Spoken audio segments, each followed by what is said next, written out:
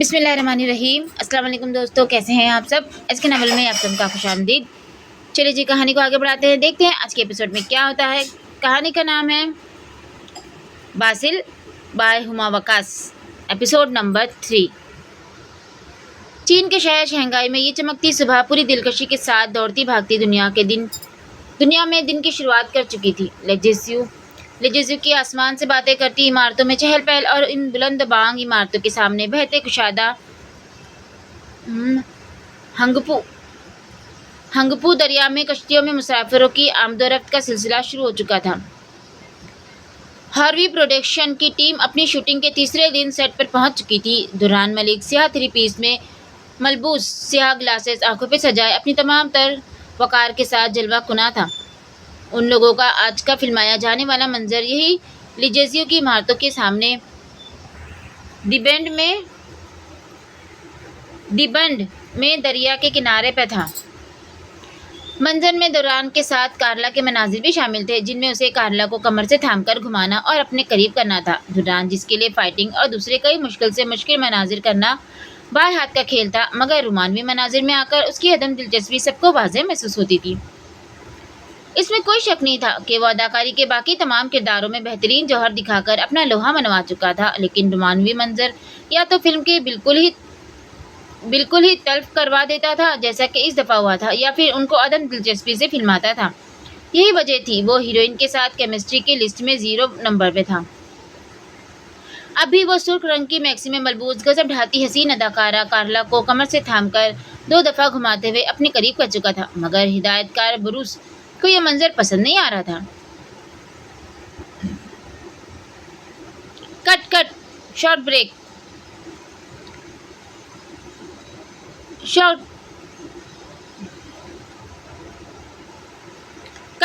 Short break ले, इसके बाद दोबारा टेक लेंगे सर। ब्रूस ने तीसरी दफा टेक लेने का हुक्म जारी किया और दुरान की तरफ अंगूठे का इशारा किया। दुरान ने गुस्से से ब्रूस की पुश्त को घुरा, जो दूसरी दफा भी मंजर को कट करवा चुका था। उसे जितनी कोफ्त हो रही थी, ब्रूस उतना ही सीन लंबा खींच रहा था। ब्रूस इस फिल्म का हिदायतकार था और वो हार्वी प्रोडक्शन का बहुत अरसे से हिस्सा था। ब्रूस को दुरान पर पहले से ही बहुत तमस था कि उसने फिल्म में उसके शामिल किए हुए रोमानवी मंजर तल्फ करवा दिए थे। अब इस मंजर के वो ज़्यादा टेक लेकर उसे अजीज भी कर रहा था। ब्रूस के मना करते ही कैमरे घूम गए थे। मेकअप करने वाले और पानी पिलाने वाले भागते हुए कारला और दुरान की तरफ आ रहे थे। बाकी सारा अमला भी अपनी जिम्मेदारी से हटते हुए अब एक दूसरे के साथ बातों में महूफ था। दुर्रान ने आंखों को चुंधी किए पेशानी पे बल उभारे, घूर कर ब्रूस को देखा, जो अब कुछ दूर छतरी के नीचे बैठे हार्वी की तरफ जा रहा था। उसके सामने खड़ा लड़का उसके गुस्से से बेनियाज मेकअप दुरुस्त कर रहा था। दुर्रान ने एक हाथ खड़ा करते हुए लड़के को रोका और खुद लंबे लंबे डग भरता कुछ दूरी पर बैठे हार्वी और ब्रूस की तरफ बढ़ा। ब्रूस अब हार्वी के साथ वाली कुर्सी पे विराजमान होकर मशरूब का गिलास उठा रहा था। जब वो सर पर पहुंचकर खड़ा हो चुका था, ब्रूस ने गिलास को मुंह से लगाए निगाहें उठाई। दुर्रान सुर्ख चेहरा लिए खड़ा था। ये मेरा लास्ट टेक होगा, इसके बाद मैं एक भी और टेक नहीं दूंगा। दुर्रान ने उंगली खड़ी करते हुए अपना अटल फैसला सुनाया। ब्रूस एकदम चौंक गया। वो समझ गया था कि वो जानबूझकर ज्यादा टेक ले रहा है। दुर्रान दो टोक अंदाज में फैसला सुनाकर वहां रुका नहीं था। जिस तेजी से आया था उसी तेजी से वापस पलट गया। बहुत बददिमाग है ये, जितना महंगा एक्टर है उतना ही उलट दिमाग का मालिक है। क्यों कास्ट किया था इसे इतने महंगे प्रोजेक्ट में? ब्रूस ने नाक चढ़ाते हुए उसकी पुश्त को घूरते हुए सवाल किया। वो अपनी इस बददिमागी को अपनी पहचान कहता है, दुर्रांग फाड़ देने वाला, चीर कर रख देने वाला। हार्वी ने उसे दुर्रांग के नाम का मतलब बताते हुए कहका लगाया। वो ब्रूस की दुर्रान से नफरत से लुत्फअंदोज हो रहा था। ब्रूस ने गुस्से में सर हवा में मारा। हार्वी अब हंसी को दबाकर संजीदगी उसकी तरफ देख रहा था। गुस्सा मत करो, ये ऐसा ही है। ये तो किसिंग सीन भी बहुत मुश्किल से करता है, और वो भी ज़्यादातर ओरिजिनली नहीं करता, टेक्नोलॉजी इस्तेमाल करवाता है। ये मेरे लिए एक चैलेंज है। स्टेफन ने कहा था ये तुम्हारी फिल्म में काम नहीं करेगा। हार्वी ने ब्रूस को दुर्रान के मुताबिक मज़ीद आगाह किया। जानता हूँ सब में ड्रामे हैं इसके, ये सब जो ज़्यादा तासर देते हैं वो ज़्यादा कमज़ोर होते हैं। ब्रूस ने थोड़ी को खिंचते हुए दुष्ट लहजे में जवाब दिया। नहीं, ड्रामे नहीं करता, शुरू से ही ऐसा है। नथिन ने मुतारिफ करवाया था इसे। पहले 1 साल मामूली असिस्टेंट मैन के तौर पर काम करता रहा है इंडस्ट्री में। मुतवाज़िन लहजे में कहते हुए हार्वी ने मेज़ पे रखा लैपटॉप अपनी तरफ घुमाया।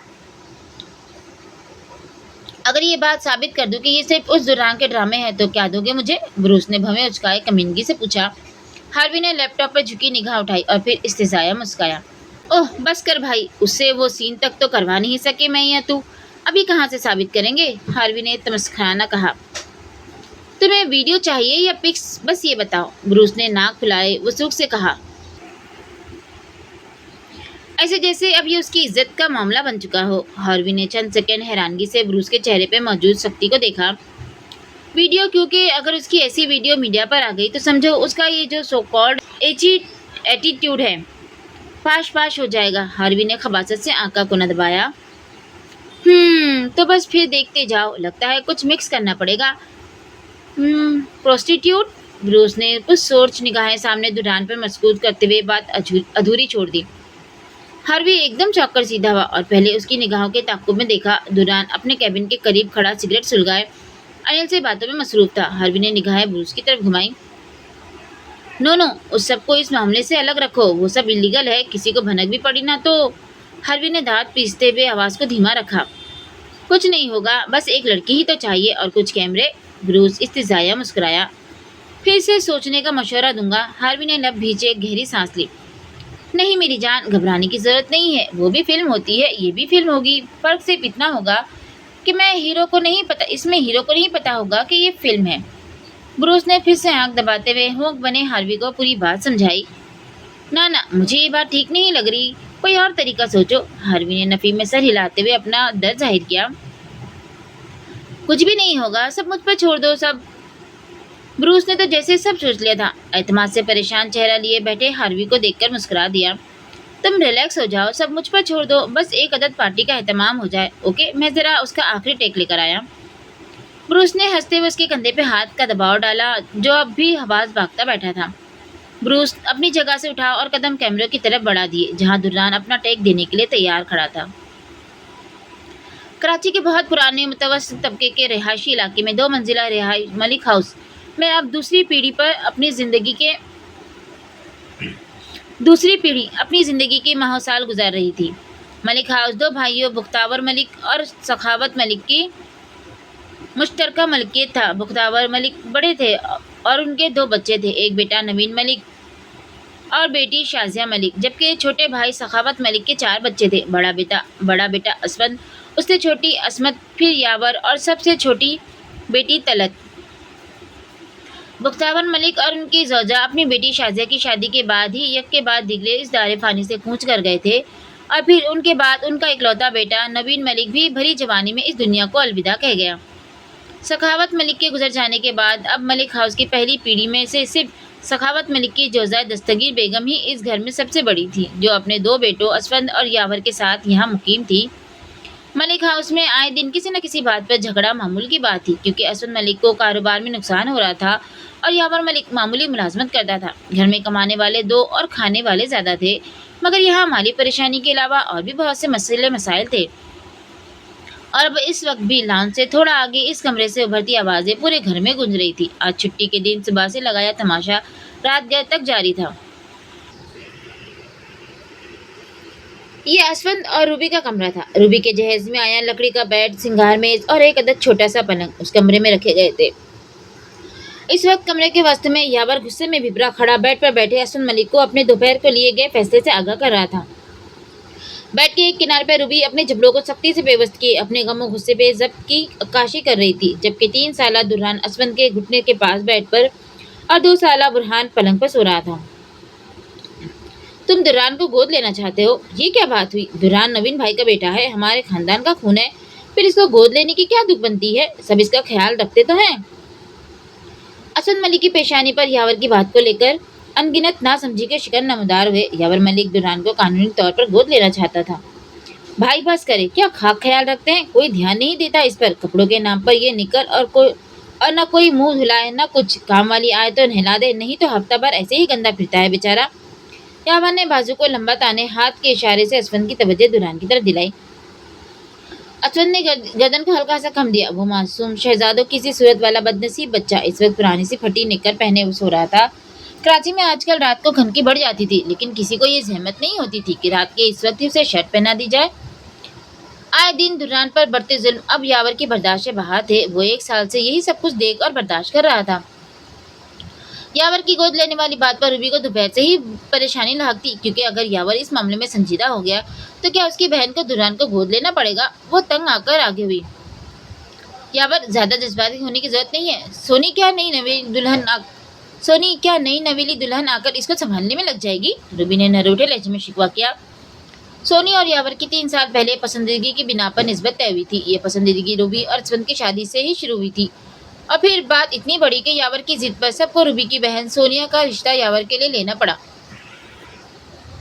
लेकिन अब जब शादी करीब आने वाली थी तो यावर की ये बात कि वो दुल्हन को अपना नाम देगा, अपना बेटा बनाएगा, किसी तौर पे रूबी को हजम नहीं थी।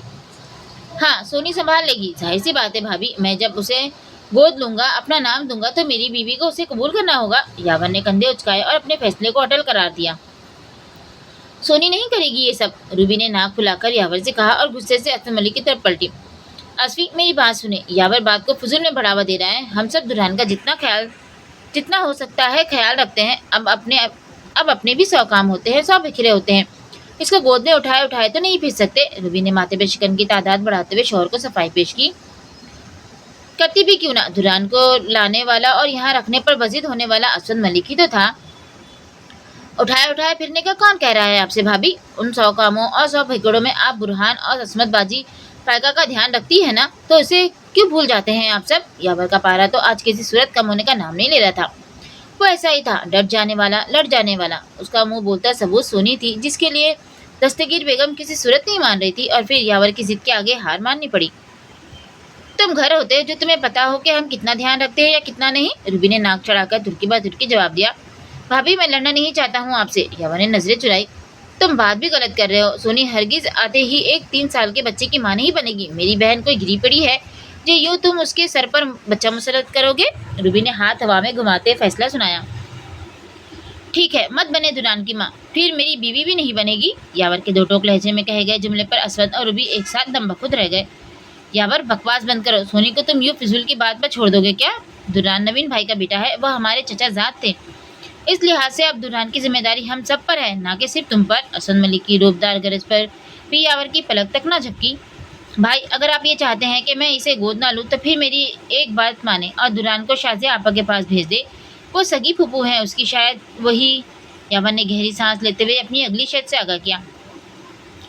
असद उसकी बात पर चटपटा सीधा हुआ, चेहरे पे गुस्से के आसार एकदम से बढ़े। हाँ, ताकि वो ताया की बाकी बची कुछ जायदाद भी दुल्हन के बहाने हमसे ले उड़े, है ना। वो कहेगी नवीन का बच्चा मैं पाल रही हूँ तो उसके हिस्से की जायदाद भी मैं ले लूँ। असद मलिक ने दांत पीसते हुए उसे नवीन की बहन शाजिया के इरादों से आगाह किया। लालच में आप सब एक बच्चे की जिंदगी बर्बाद कर रहे हैं और कुछ नहीं। भाई, आपको नहीं पता वो कितनी मार खाता है सारा दिन। यावर ने चीखते हुए कहा और गुस्से निगाह रूबी पर डाली। असफी, ये बदतमीजी कितना है कि क्या करे। बुरहान और फायका को मारता है, गंद डालता है। अब बुरहान भी तो है, उससे छोटा है, पर मजाल है कुछ उल्टा सीधा करे। और ये तो आफत का परकाला है। जब इतने काम उलट पुलट करेगा तो जाहिर सी बात है मार भी खाएगा। उसकी जगह बुरहान या फायका हो तो वो भी इतनी ही मार खाएंगे। रूबी ने तनक मिजाजी से जवाब दिया। भाभी, आप तो चुप ही करें बस। यावर ने हाथ सीधा करते हुए रूबी को बोलने से रोका। 1 मिनट चुप करो तुम दोनों। ये तलत क्या करती रहती है सारा दिन। उसको बुलाओ जरा। रूबी, बुलाना जरा उसे। असफद ने तलत का पूछा और साथ ही रूबी को उसे बुलाने का इशारा किया। रूबी एक खून आशाम निगाह यावर पर डालती मुंह में बड़बड़ाती बाहर निकली। यावर नाक फुलाकर असफद की तरफ मुतवज्जा। भाई, तलत ने क्या करना है। वो भी गाहे बगाए इस कार्य अजीम में अपना हिस्सा डालती है। जब दिल चाहता है मारती है इसको। यावर ने सर हवा में मारते हुए तलत के बारे में असफद को आगाही दी। जी भाई। तलत ने दरवाजे पे हाथ रखे तीखी आवाज में पूछा। ऊंचे से कमीज शलवार में खुले बाल छोड़े, जदीद से फैशन से लेस 20 साल तलत हैरत से कमरे के गर्म माहौल को देखते हुए अंदर दाखिल हुई। रूबी भी उसके पीछे ही कमरे में दाखिल हुई थी। तलत, तुम भी दुल्हन को मारती हो। अफसोस हुआ मुझे ये जानकर। मतलब यहाँ इस घर में अनपढ़ और पढ़े लिखे सब बराबर हैं। असफद ने ताज्जुब से आंखें फैलाई। भाई, मैं कब मारती हूँ दुल्हन को। तलत साफ मुकरते हुए अब यावर को घूर रही थी। यावर से तो उसकी एक पल के लिए नहीं बनती थी। झूठ मत बोलो तुम। याद करो वो परसों कैसे मार रही थी तुम उसे। यावर ने कमर पर हाथ रखे सर को हिलाते हुए उसे याद दहानी करवाई, जो मुकम्मल तौर पर भूले खड़ी थी। वो उस दिन तो उसने मेरी इतनी महंगी क्रीम सारी अपनी टांगों पर लगाकर ज़ाय कर दी थी, तो मैंने थोड़ी सी सजा दी थी उसको बस। तलत ने असफद की तरफ देखते हुए बेचारगी से अपनी सफाई दी। थोड़ी सी सजा? हो मेरे खुदा, किस कदर झूठी है ये लड़की। भाई, इसने पता है क्या हरकत की थी? दुर्रान को बालों से पकड़कर उसके गाल पर थप्पड़ मार रही थी। यावर ने उसके झूठ पर अपने सर को दोनों हाथों में जकड़ लिया। भाई, मैं हल्की हल्की चपत लगा रही थी, मैं सिर्फ डरा रही थी, उसे जोर से कब मार रही थी? तलत ने फिर से सफाई दी। हाँ, थप्पड़ की आवाज मुझे इसलिए लाउंज में भी सुनाई दे गई थी। यावर ने चीखते हुए उसकी आंखों में आंखें डाली। तलत, तुमसे ये तवक्को नहीं थी मुझे, कम से कम तुम तो दुरान की देखभाल कर सकती हो ना? असफद ने तासुब से सर हिलाते हुए कहा। भाई, मैं कहाँ कर सकती हूँ, कॉलेज से आती हूँ तो इतनी थकी हुई होती हूँ और शाम को असमत बाजी और भाभी ने सारे काम मेरे सर पे डाल दिए हैं। तलत ने नाक भींचे उसकी जिम्मेदारी से हाथ खड़े किए। तलत के सफेद झूठ पर रूबी का मुंह पूरा खुल गया। वो जो अभी तक भाई और बहन की लड़ाई में दिल ही दिल में हंस रही थी, तिनक कर आगे हुई। बस करो तलत, तुम तो कॉलेज से आकर कमरे में ऐसी बंद होती हो कि पूछो मत, काम तो फिर दूर की बात है। रूबी ने हाथ नचाते हुए उसे आईना दिखाया। चुप करो तुम लोग, खुदा का वास्ता है चुप करो। असमत ने झिंझलाकर दोनों हाथ ऊपर उठाए। रूबी और तलत ने जबरदस्ती लब खींचे और सांस अंदर खींची, जब से सीधी हुई। तलत, कल से तुम घर के कोई काम नहीं करोगी, तुम दुरान को संभालोगी सिर्फ। असफद ने अंगज से उंगली तानकर हुक्म सादर किया। भाई, मुझसे नहीं हो पाएगा, ये बहुत शरारती है। तलत ने खशमगी निगाहों से दुरान को घूरते हुए साफ इनकार किया। बच्चे शरारती ही होते हैं, वो बच्चा है, सिर्फ 3 साल का है, अभी नासमझ है। असफद ने हैरत से पेशानी पर अपनी शिकन उभारे। ये बात इनकी मोटी अक्लों में जाए तब ना। भाई, आपको जो करना है करे, लेकिन मेरा फैसला अटल है, मैं दुरान को लीगली तौर पर गोद लूंगा। यावर की सुई वहीं अटकी थी। वो डटा हुआ था अपने फैसले पर। नहीं, ऐसा कुछ नहीं होगा, हम मेड रख लेते हैं मिलकर दुरान के लिए। असफद ने अगला हल पेश किया। रूबी का मुंह खुल गया, आंखें और लब एक साथ सुकिड़ी। वो असफद की तरफ बढ़ी। वाह, बहुत खूब कही, इतनी ही कोई लॉटरी निकल आई है तो बीवी के काम के लिए रख दे मेड। ये नवाबजादा बहुत अजीज है आपको जो उसके लिए रखेंगे। रूबी का चेहरा सुर्ख हो रहा था। कुछ नहीं हो सकता, यहाँ कुछ नहीं हो सकता। यावर ने कमर पे धरे हाथ अफसोस से हवा में उठाए। दस्तगीर बेगम आहिस्ता आहिस्ता चलती छड़ी के सहारे कमरे के दरवाजे में आ गई। वो कब से लाउंज के पलंग पर करवट बदल रही थी, लेकिन कमरे का शोर कहाँ सोने दे रहा था। उन सब में फकत असमत नहीं थी, क्योंकि वो रात को फायका को लेकर ऊपर चली जाती थी। असफी, मैं कह देती हूँ, पहली फुर्सत में बच्चे की सुन्नत पूरी करवाओ पहले। इस अंग्रेज बुढ़ी को तो इस्लाम का कुछ पता नहीं था, तुम लोगों को तो है। प्लीत कहीं का, कभी किसी बर्तन को छूता है, कभी कहाँ। दस्तगीर बेगम का 1-1.5 साल से वही राग था और आज भी वही इसी बात को दोहरा रही थी। दुरान जब इस घर में आया था 1.5 साल का था, आजकल करते वो 3 साल का होने को आया था, मगर वक्त नहीं मिला था किसी को। यावर पढ़ाई के लिए पंजाब में था। दस्तगीर बेगम के अपने ही मसले थे। एक तो उन्हें दुरान अंग्रेज माँ का बेटा होने की वजह से खुलता रहता था, ऊपर से उनको दुरान के नवीन का खून होने पर भी शक था। यावर, उसे ले जाते हैं आज डॉक्टर के पास। असफद ने दुरान के बालों में हाथ फेरते हुए यावर की तरफ देखा। वो मैं कर लूंगा भाई, बेफिक्र रहे, मैंने इसकी देखभाल के लिए छुट्टी ली है ऑफिस से। यावर ने तसल्ली दिलाई। ठीक है, और तुम इसे गोद नहीं ले रहे हो, ये हम सब की जिम्मेदारी है। आज के बाद किसी ने भी दुरान को हाथ भी लगाया तो मुझसे बुरा कोई नहीं होगा। असफद ने गर्दन घुमाकर सबको घूरते हुए तंबीह किया। सब एक दूसरे की तरफ देख रहे थे, मगर जानते थे यहाँ उस पर अमल मुश्किल था। फिर आहिस्ता आहिस्ता सब कमरे से जाने लगे थे। असद मलिक ने दुरान को बेड पर से उठाया और एक तरफ लगे पलंग पर बुरहान के साथ लिटाया, और एक निकर में मलबूस, फूले से गालों, सफ़ेद रंगत और गहरी आंखों वाला दुरान मलिक रोज अपनी जिंदगी के बदलते फैसलों से बेखबर सो रहा था। सुबह उठते ही उसको काम से ही इतने उसे काम ही इतने होते थे। वो बोलता कम और खाता ज़्यादा था। हर वक्त किसी न किसी खोज में रहने वाला और मारपीट करने वाला बच्चा था। वो कितनी देर तक खामोश यकटक सोच में डूबे रहने वाला बच्चा था। किसी को देखता तो गहरी निगाहों से देखता था और टिकटिकी बांधे देखते ही जाता था। किचन से निकालो तो लॉन में पड़ी अलमारी के दराजों में सर घुसाया होता, वहां से हटाओ तो बुरहान को नीचे लिटाए उसके मुंह पर पंच मार रहा होता था। बुरहान को बचाओ तो फायका के बाल खींच देता था। वैसे तो मत सिवाय असफंद और यावर के मलिक हाउस में सबका नापसंदीदा फर्द था, मगर रूबी की नफरत उसके लिए इसलिए भी अजीब थी कि वो अक्सर रात को पलंग पर से उठकर असफंद मलिक और उसके दरमियान में लेट जाता था। उसे इस बात से बेहद कोफ्त होती थी। ये हरकत अपने बच्चे की तो कोई भी माँ आसानी बर्दाश्त कर लेती है, मगर दुरान की ये हरकत रूबी के तन बदन को जला देती थी। जैसे ही पार्क के गेट के अंदर कदम रखे और जूत की तलाश में निगाहें दौड़ाई तो आंखें सामने के मंजर को देखकर फटके बाहर आई। हल्के नीले रंग के लंबे फ्रॉक और चूड़ीदार पजामे पर दुपट्टा गले में स्कार्फ की सूरत डाले वो पूरा मुंह खोले साकिन खड़ी थी। शाम हुए काफी देर हुई थी। मरियम के कहने पर वो जूत को लेने नीचे आई थी, मगर यहाँ जूत को दो बड़े लड़कों के साथ गुत्तम गुत्ता देखकर उसकी सांसें अटक गई। दोनों लड़के बड़ी बुरी तरह जूत को मार रहे थे। वो उससे उम्र में बड़े थे, इसलिए जूत की मार उनको मारने की हर कोशिश नाकाम थी। अरे अरे, छोड़ो, मेरे भाई को क्यों मार रहे हो? हाथ खड़ा किए वो दूर से ही ऊंचा ऊंची आवाज में चीखी और तकरीबन भागती भी आगे बढ़ी। सामने लड़ाई तो बढ़ती ही जा रही थी। लड़कों ने उसे ना तो देखा था और ना ही सुना था। जूही तेज तेज भागती अपनी और उनके दरमियान का फासला खत्म कर रही थी और निगाहें बिल्कुल सामने जूत पर कुछ यूं टिकी थी कि दाएं बाएं का कोई होश नहीं था। इन दोनों में से एक लड़के ने जूत का गिरबान थामकर उसे जोर से जमीन पर पटका। जूही की दिलखराश चीख उभरी, छोड़ो इसे, शर्म नहीं आती? तुमसे छोटा है वो फटी आवाज में चीखती हुई भाग रही थी। इससे पहले कि वो वहां पहुंचकर उन लड़कों पर झपटती, अचानक से वो एक तरफ से नमदार हुआ। नीली पुरानी सी जीन्स और ग्रे टी शर्ट में मलबूस और एक सेकंड के 12वें हिस्से में पता नहीं कैसे इतनी तेजी से उन लड़कों को पंच और टांगों से मारी कि दोनों लड़के जो जूत को मार रहे थे अब जमीन पर अपने चेहरे और पेट पकड़े लोटपोट हो रहे थे। जूही उसकी पूछते ही उसे पहचान गई थी। वो वही था, बहरा लड़का। जमीन पर लेटे लड़कों ने उठकर मज़ाहमत करने की बजाय पार्क के गेटों की तरफ दौड़ लगा दी। दोनों की आंखों में उस लड़के के लिए खौफ था। जूत अब कपड़े झाड़ता और गिरबान दुरुस्त करता बड़े जाम में मुस्कुरा रहा था और फिर वो पलटा जिसने एक पल में दोनों लड़कों को जमीन बोझ कर दिया था।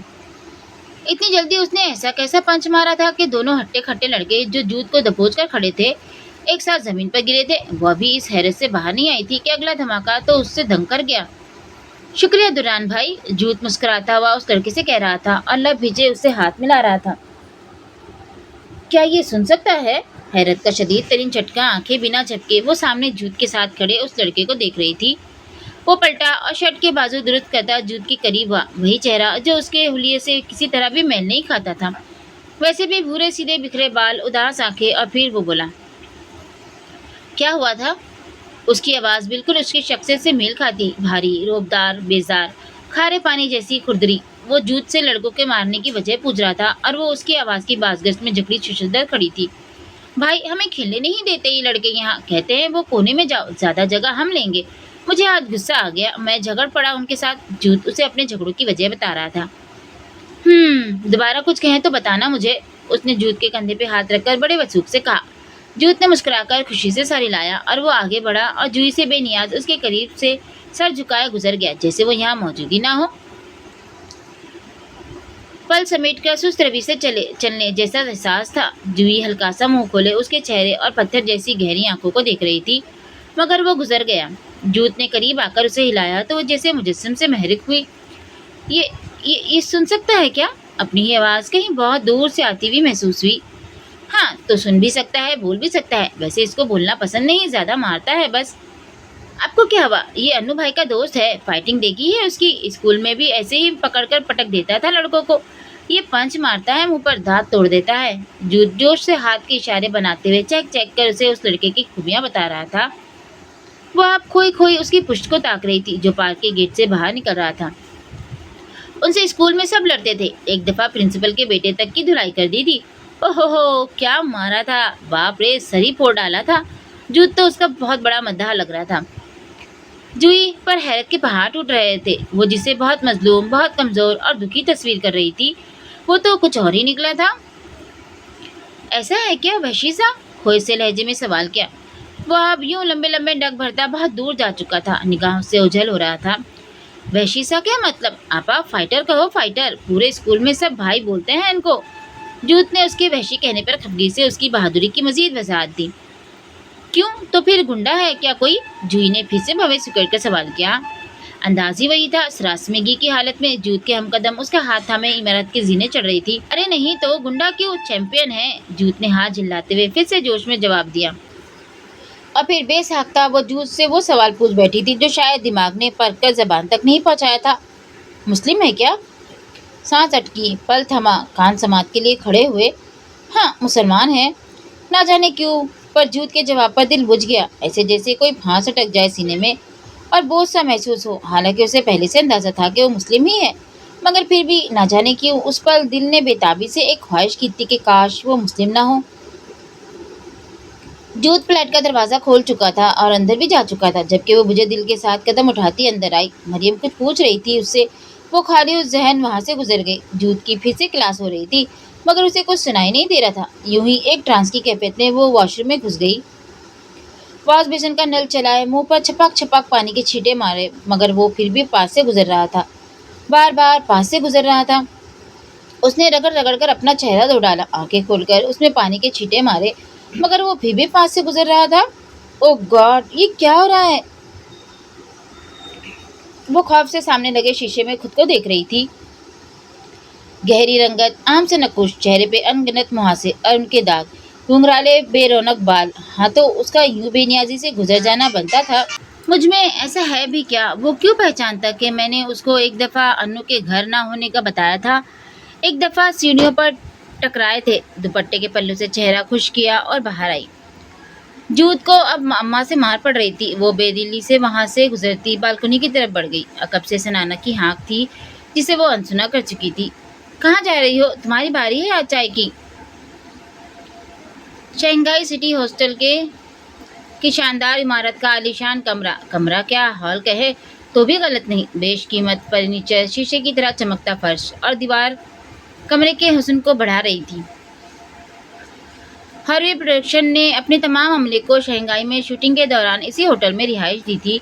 दुर्रान और कार्ला का कमरा लग्जरी रूम्स में आता था। इस वक्त शाम के 7 बज रहे थे और आज के दिन की शूटिंग के बाद वो कुछ देर पहले ही वापस होटल आए थे। अनिल कमरे में मौजूद सोफे पर बैठा था। वो रात को सोने के लिए बस अलग कमरे में जाता था। उसके बिल्कुल बराबर में दुर्रान पिछले 2 घंटे से भुवें इकट्ठी किए लैपटॉप पर उंगलियां चलाते हुए पता नहीं किस खोज में मोह था। शूटिंग से वापस आते ही वो ढीले से ट्राउजर और हल्की फुल्की टी शर्ट को जेबितन कर चुका था। अब वो लैपटॉप को गोद में रखे बैठा थोड़ी थोड़ी देर बाद आंखों को सुकेड़कर लैपटॉप पर कुछ पढ़ रहा था और कभी बालों में हाथ फेर कर माथे पे आए बाल पीछे कर रहा था। वाओ मंगीवे, होटल में डिनर वहीं 1 नाइट स्टे, हार्वी प्रोडक्शन तो कमाल है भाई। अनिल ने हाथ हवा में उठाए और लबों को शताइशी बाहर निकालते हुए तौसीफी कलमात कहे। हार्वी प्रोडक्शन अपनी गोल्डन जुबली पर एक बहुत बड़ी पार्टी का एहतमाम कर रही थी। चूंकि वो अभी अपने मेगा प्रोजेक्ट की शूटिंग पर थे, इसलिए उन्होंने ये पार्टी भी शंघाई के सबसे महंगे तरीन होटल में रखी थी। और न सिर्फ ये था बल्कि अपने पूरे अमले को वहाँ एक रात की रिहाइश भी देने जा रहे थे। अनिल तो हार्वी प्रोडक्शन के इतने बड़े पैमाने पर किए जाने वाले एहतमाम पर खुशगवार हैरत जाहिर कर रहा था, लेकिन उसके बिल्कुल बरक्स दुरान माथे पे बल डाले लैपटॉप पर पता नहीं क्या करने में मसरूफ था। अनिल जो मशरूब से लुत्फ अंदोज होते हुए हार्वी प्रोडक्शन की शान में कसीदे पढ़ रहा था, अचानक उसे दुर्रान के अंदाज पर खटका हुआ। एकदम से चेहरे पर संजीदगी उदाई और खिसक कर आगे हुआ, गर्दन मोड़े तशवीश से उसे घूरा, जो अब दोनों हाथों को आपस में मिलाए अपने लबों पे रखे स्क्रीन को घूरते हुए किसी गहरी सोच में गर्क था। क्या सोचे जा रहा है? सब ठीक है ना? क्या हार्वी की सोच? अनिल ने सवालिया निगाहों उस पर गाड़े अपनी बात को अधूरा छोड़ा। वो ऐसा बेचैन तभी होता था जब वो किसी की सोच पढ़ लेता था, और अब भी शायद कुछ देर पहले जो वो लोग शूटिंग के बाद हार्वी से मिले थे और दुरान हार्वी को गौर से सिर्फ देखे जा रहा था, वो यही वजह थी। बहुत बुरा फंसाने का सोच रहे हैं, दुरान की आवाज़ गूंजी, मुतवाजिन बेफिक्र लहजा। दुर्रान ने गहरी सांस ली और लैपटॉप बंद किया, एक तरफ रखा और सिगरेट केस उठाया, जबकि अनिल के हर बार की तरह छक्के छूट गए थे। मतलब क्या सच कर रहे थे तुम तब से? क्या सोच बैठे हैं वो लोग? अनिल ने उलझकर सवाल किया। दिमाग सांसाई करने लगा था और 180 की रफ्तार से दौड़ते हुए बहुत से लम्हे जहन के पर्दों पर तेजी से और आग की तरह पलटने खाने लगे। ये मुझे क्या पता क्या करवाने वाले हैं, पर कुछ बहुत बुरा। दुर्रान ने लबों में सिगरेट फंसाई, कंधे उचकाते हुए लापरवाही से कहा। किसके साथ बुरा? अनिल ने अब की बार घूर कर उसकी तरफ देखा। मेरे साथ? और किसके साथ? इमेज बिल्डिंग गिराने का सोच रहे हैं जहां तक मुझे शक है। खफीफ सी इस्तेज़ाया मुस्कुराहट सजाए अपना शक जाहिर किया। अनिल के पेशाने पर शिकन मजीद बढ़ गए और चेहरे पर अब गुस्सा था, जबकि वो अब मुकम्मल तौर पर मुतमईन सिगरेट के कश लगा रहा था। हार्वी प्रोडक्शन की गोल्डन जुबली की तारीख पार्टी की तारीख से बहुत दूर है। फिर क्या वजह है कि वो ये पार्टी इतनी जल्दी यहाँ चाइना में मेरी ही फिल्म के दौरान रख रहे हैं? ये सब कुछ मेरे लिए कर रहे हैं, वो बहुत सुख से कहा गया था। ओ आई सी, मैं भी कहूँ कि वो हार्वी तो बड़ा लग्जरी एहतमाम कर रहा है और दुर्रान को स्पेशल प्रोटोकॉल। क्या बात है? अनिल ने पुरसोच लहजे में कहते हुए थोड़ी सहलाई। ठीक है, हम नहीं जाएंगे। अनिल ने सर झटक कर फैसला सुनाया और एक झटके से अपनी पुष्ट को सोफे से जोड़ा और कान अगली बात की समात के लिए खड़े हो गए। जाएंगे, पूरी इत्मीनान आवाज उभरी। अनिल ने लब भिजे, जानता था वो यही करेगा, हर बार की तरह।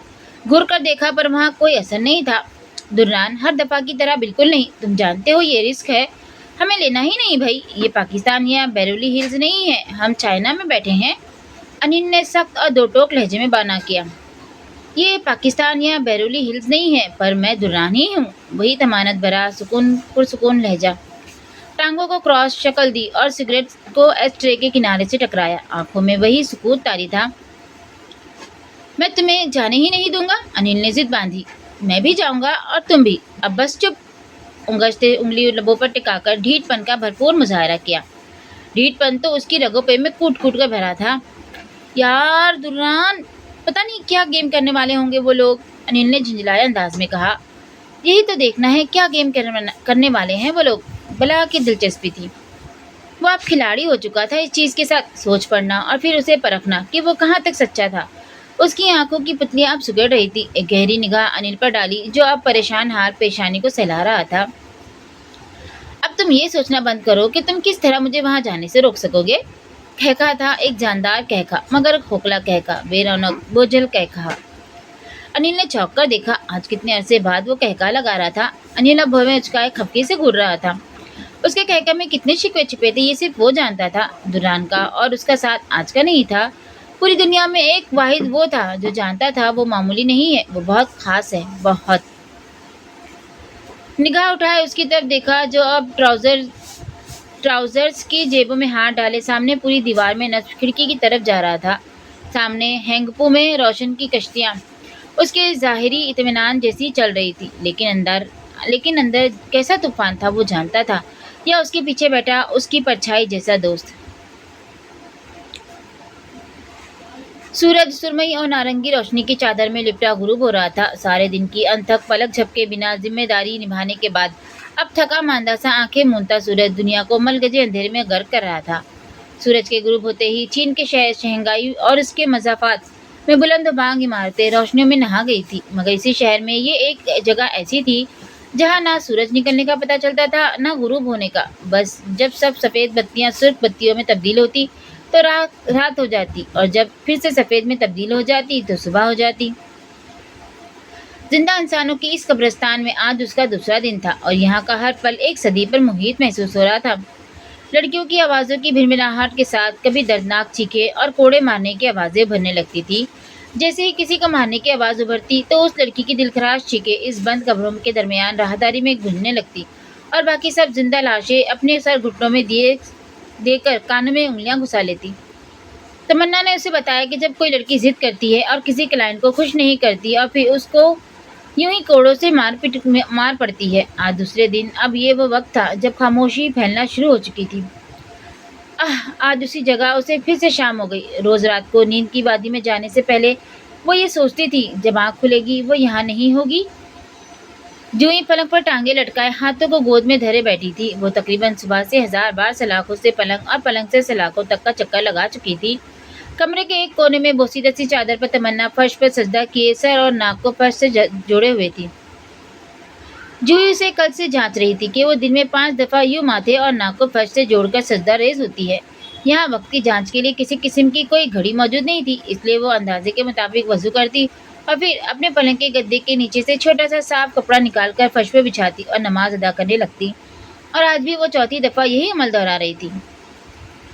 जूही ने गहरी सांस खारिज की और रुख मोड़े बाकी दोनों लड़कियों की तरफ देखा। वो दोनों एक ही पलंग पर लेटी वह गुफ्तगू थी। यहाँ बातें करने और रोने के अलावा कुछ नहीं था करने को। लड़कियों के पास लिबास के अलावा कोई चीज़ नहीं थी, हत्ता के बालों को बांधने के लिए या लगाने की किसी किस्म की कोई पिन भी नहीं थी। कमरों में पंखे नहीं थे, छत छोटी थी। ऊपरी पलंग पर लेटने वाली अगर अपनी टांग उठाए तो छत से टकरा सकती है। कमरे में कोई नोकीली चीज़ या किसी किस्म का कोई आला मौजूद नहीं था जिससे कोई लड़की खुद को किसी किस्म का नुकसान पहुंचाती या खुदकुशी की कोशिश करती। जो ये आंखें उठाए कमरे के चारों तरफ को बगौर देख रही थी। ये किसी इमारत का तहखाना था जहाँ ना कोई खिड़की थी ना कोई रोशनदान। दिमाग में इस कैद से निजात का कोई जरिया खोज रही थी, पर निगाह उस कमरे के हर कोने से सर पटक कर मायूस वापस आ रही थी। तमन्ना उसके साथ कल रात बहुत देर तक बातें करती रही थी, जिसमें उसने उसे इस जगह और लोगों के बारे में इकट्ठी की हुई सारी मालूमात से आगाह किया। रात को जब वो ऊपर अपने पलंग पर और जूही निचले पलंग पर लेटी थी, तब भी वो एक दूसरे से बातें कर रही थी। तमन्ना को यहाँ इस कैद में 2 साल हो चुके थे और इस सारे अरसे में वो यहाँ के बारे में बहुत कुछ जान चुकी थी। रात को खुद ब खुद पूरे हॉल की बत्तियां सफ़ेद से सुर्ख रोशनी में तब्दील हो गई थी और बत्तियों की रोशनी बदलते ही सब लड़कियां अपने बिस्तर पर लेटने लगी थी। जैसे ही रोशनी सफ़ेद से सुर्ख में तब्दीली हुई, जूही का खौफ बढ़ने लगा।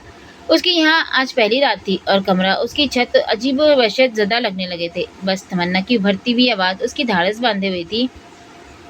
क्या तुमने कभी भागने की कोशिश नहीं की यहाँ से? बातों के दौरान ही उसने तमन्ना से सवाल किया था। सवाल करने के बाद वो अब अपने ऊपर मौजूद उसके पलंग के निचले हिस्से को घूर रही थी। खामोशी वक्त के कुछ पल निकल चुकी थी जब तमन्ना की दिलगीर आवाज़ उभरी। भागते वो हैं जिनके पीछे कोई हो। हम यहाँ से भागकर कहाँ जाएंगे? वैसे तो कोई रास्ता नहीं, लेकिन अगर कोई शख्स कोशिश भी करती है तो पकड़ी जाती है। उसके बाद या तो मार दी जाती है या फिर तशद्दुद के नाम ना ख़त्म होने वाले दौर से गुजारा जाता है। ऊपरी पलंग पर से चरचराहट की आवाज़ उभरी और फिर वो नीचे उतरकर जूही के बराबर आकर उसके पलंग पर लेट चुकी थी। उसके यूं साथ आने पर जूही के बढ़ते खौफ को जैसे एक तस्कीन मिली। ये ब्लैक मार्केट है जहाँ इस वक्त तुम हो। तमन्ना अपनी आवाज़ को हद दर्जा धीमा रखे हुए थी।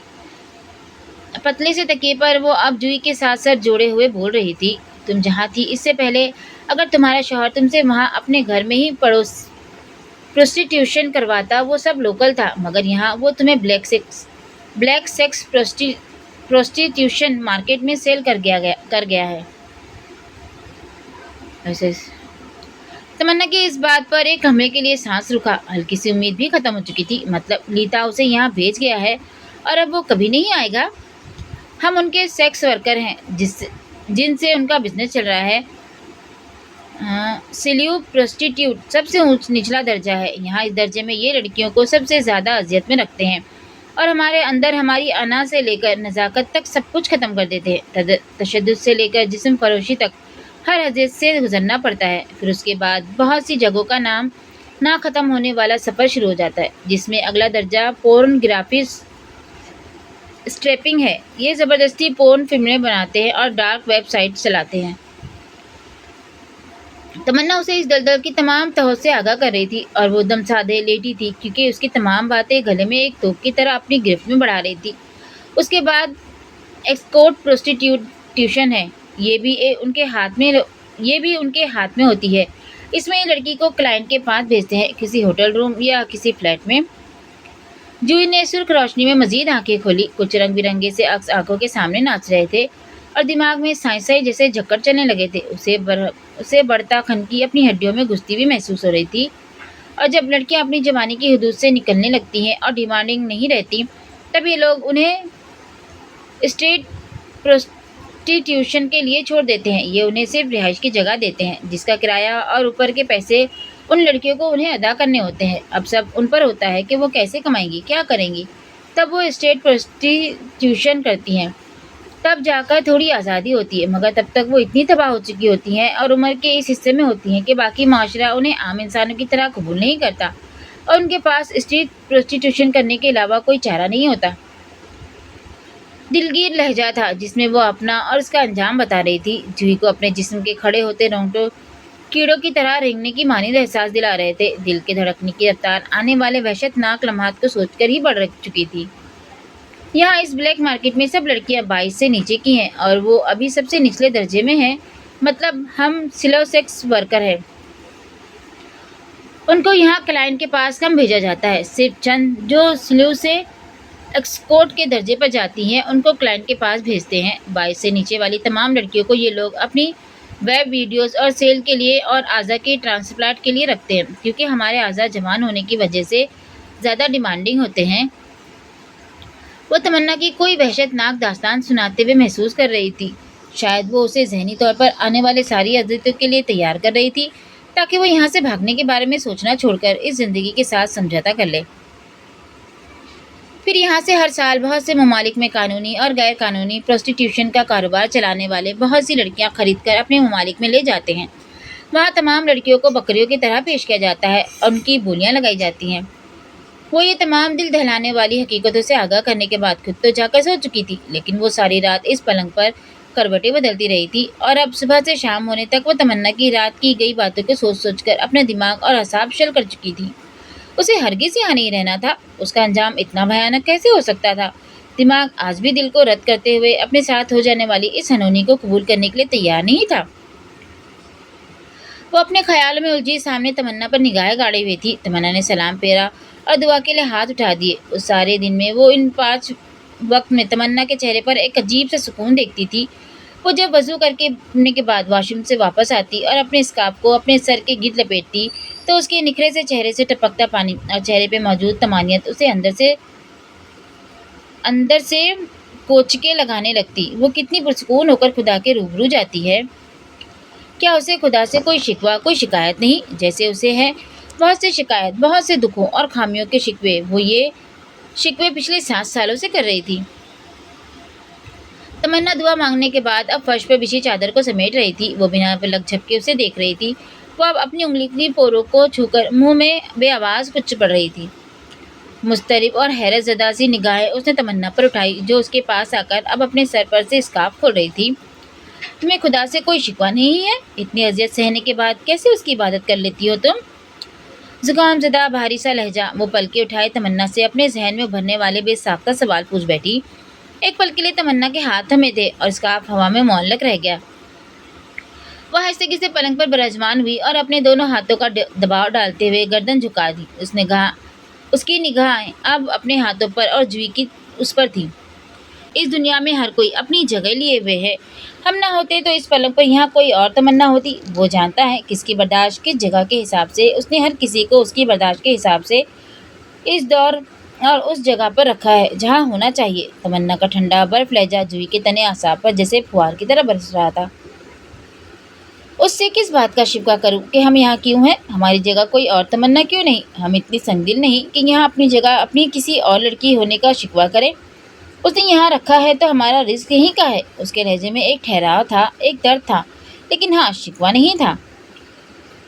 خودکشی حرام ہے، موت کی دعا کفر ہے، مگر یہاں سے نجات صرف موت ہے، اس لیے ہم دعا میں نجات مانگتے ہیں۔ بے شک ایمان ہے کہ ہر مشکل کے بعد آسانی ہے، اور ہم اس آسانی کے انتظار میں ہیں۔ اس نے جھکی گردن اٹھائی اور جوئی کی طرف دیکھا۔ جسم ناپاک ہے، روح اور دل نہیں، اور جسم کی کیا وقت، وہ تو یہی مٹی میں گل سڑ جائے گا۔ اس کے پاس تو روح جائے گی، جسے جھنجھوڑ کر نوچ کر بھی یہ درندے ناپاک نہیں کر سکتے۔ ہم وضو کرتے ہیں تو اپنی آنکھوں سے یہ تصور کرتے ہیں کہ سب نجس اور ناپاکی دھل کر بہہ گئی ہے۔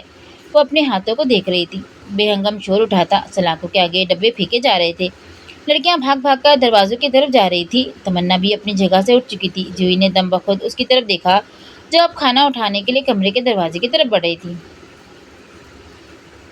شنگھائی اے پی مارکیٹ رات کے اندھیرے میں دن جیسا سما لیے ہوئے تھی۔ تیز روشنیوں میں نہایا یہ بازار سفید فرش اور چمچماتی دکانوں سے لیس تھا۔ یہاں مختلف سامان کی دکانیں بازار کی گھومتی راہداریوں کے دائیں اور بائیں دونوں اطراف میں موجود تھیں۔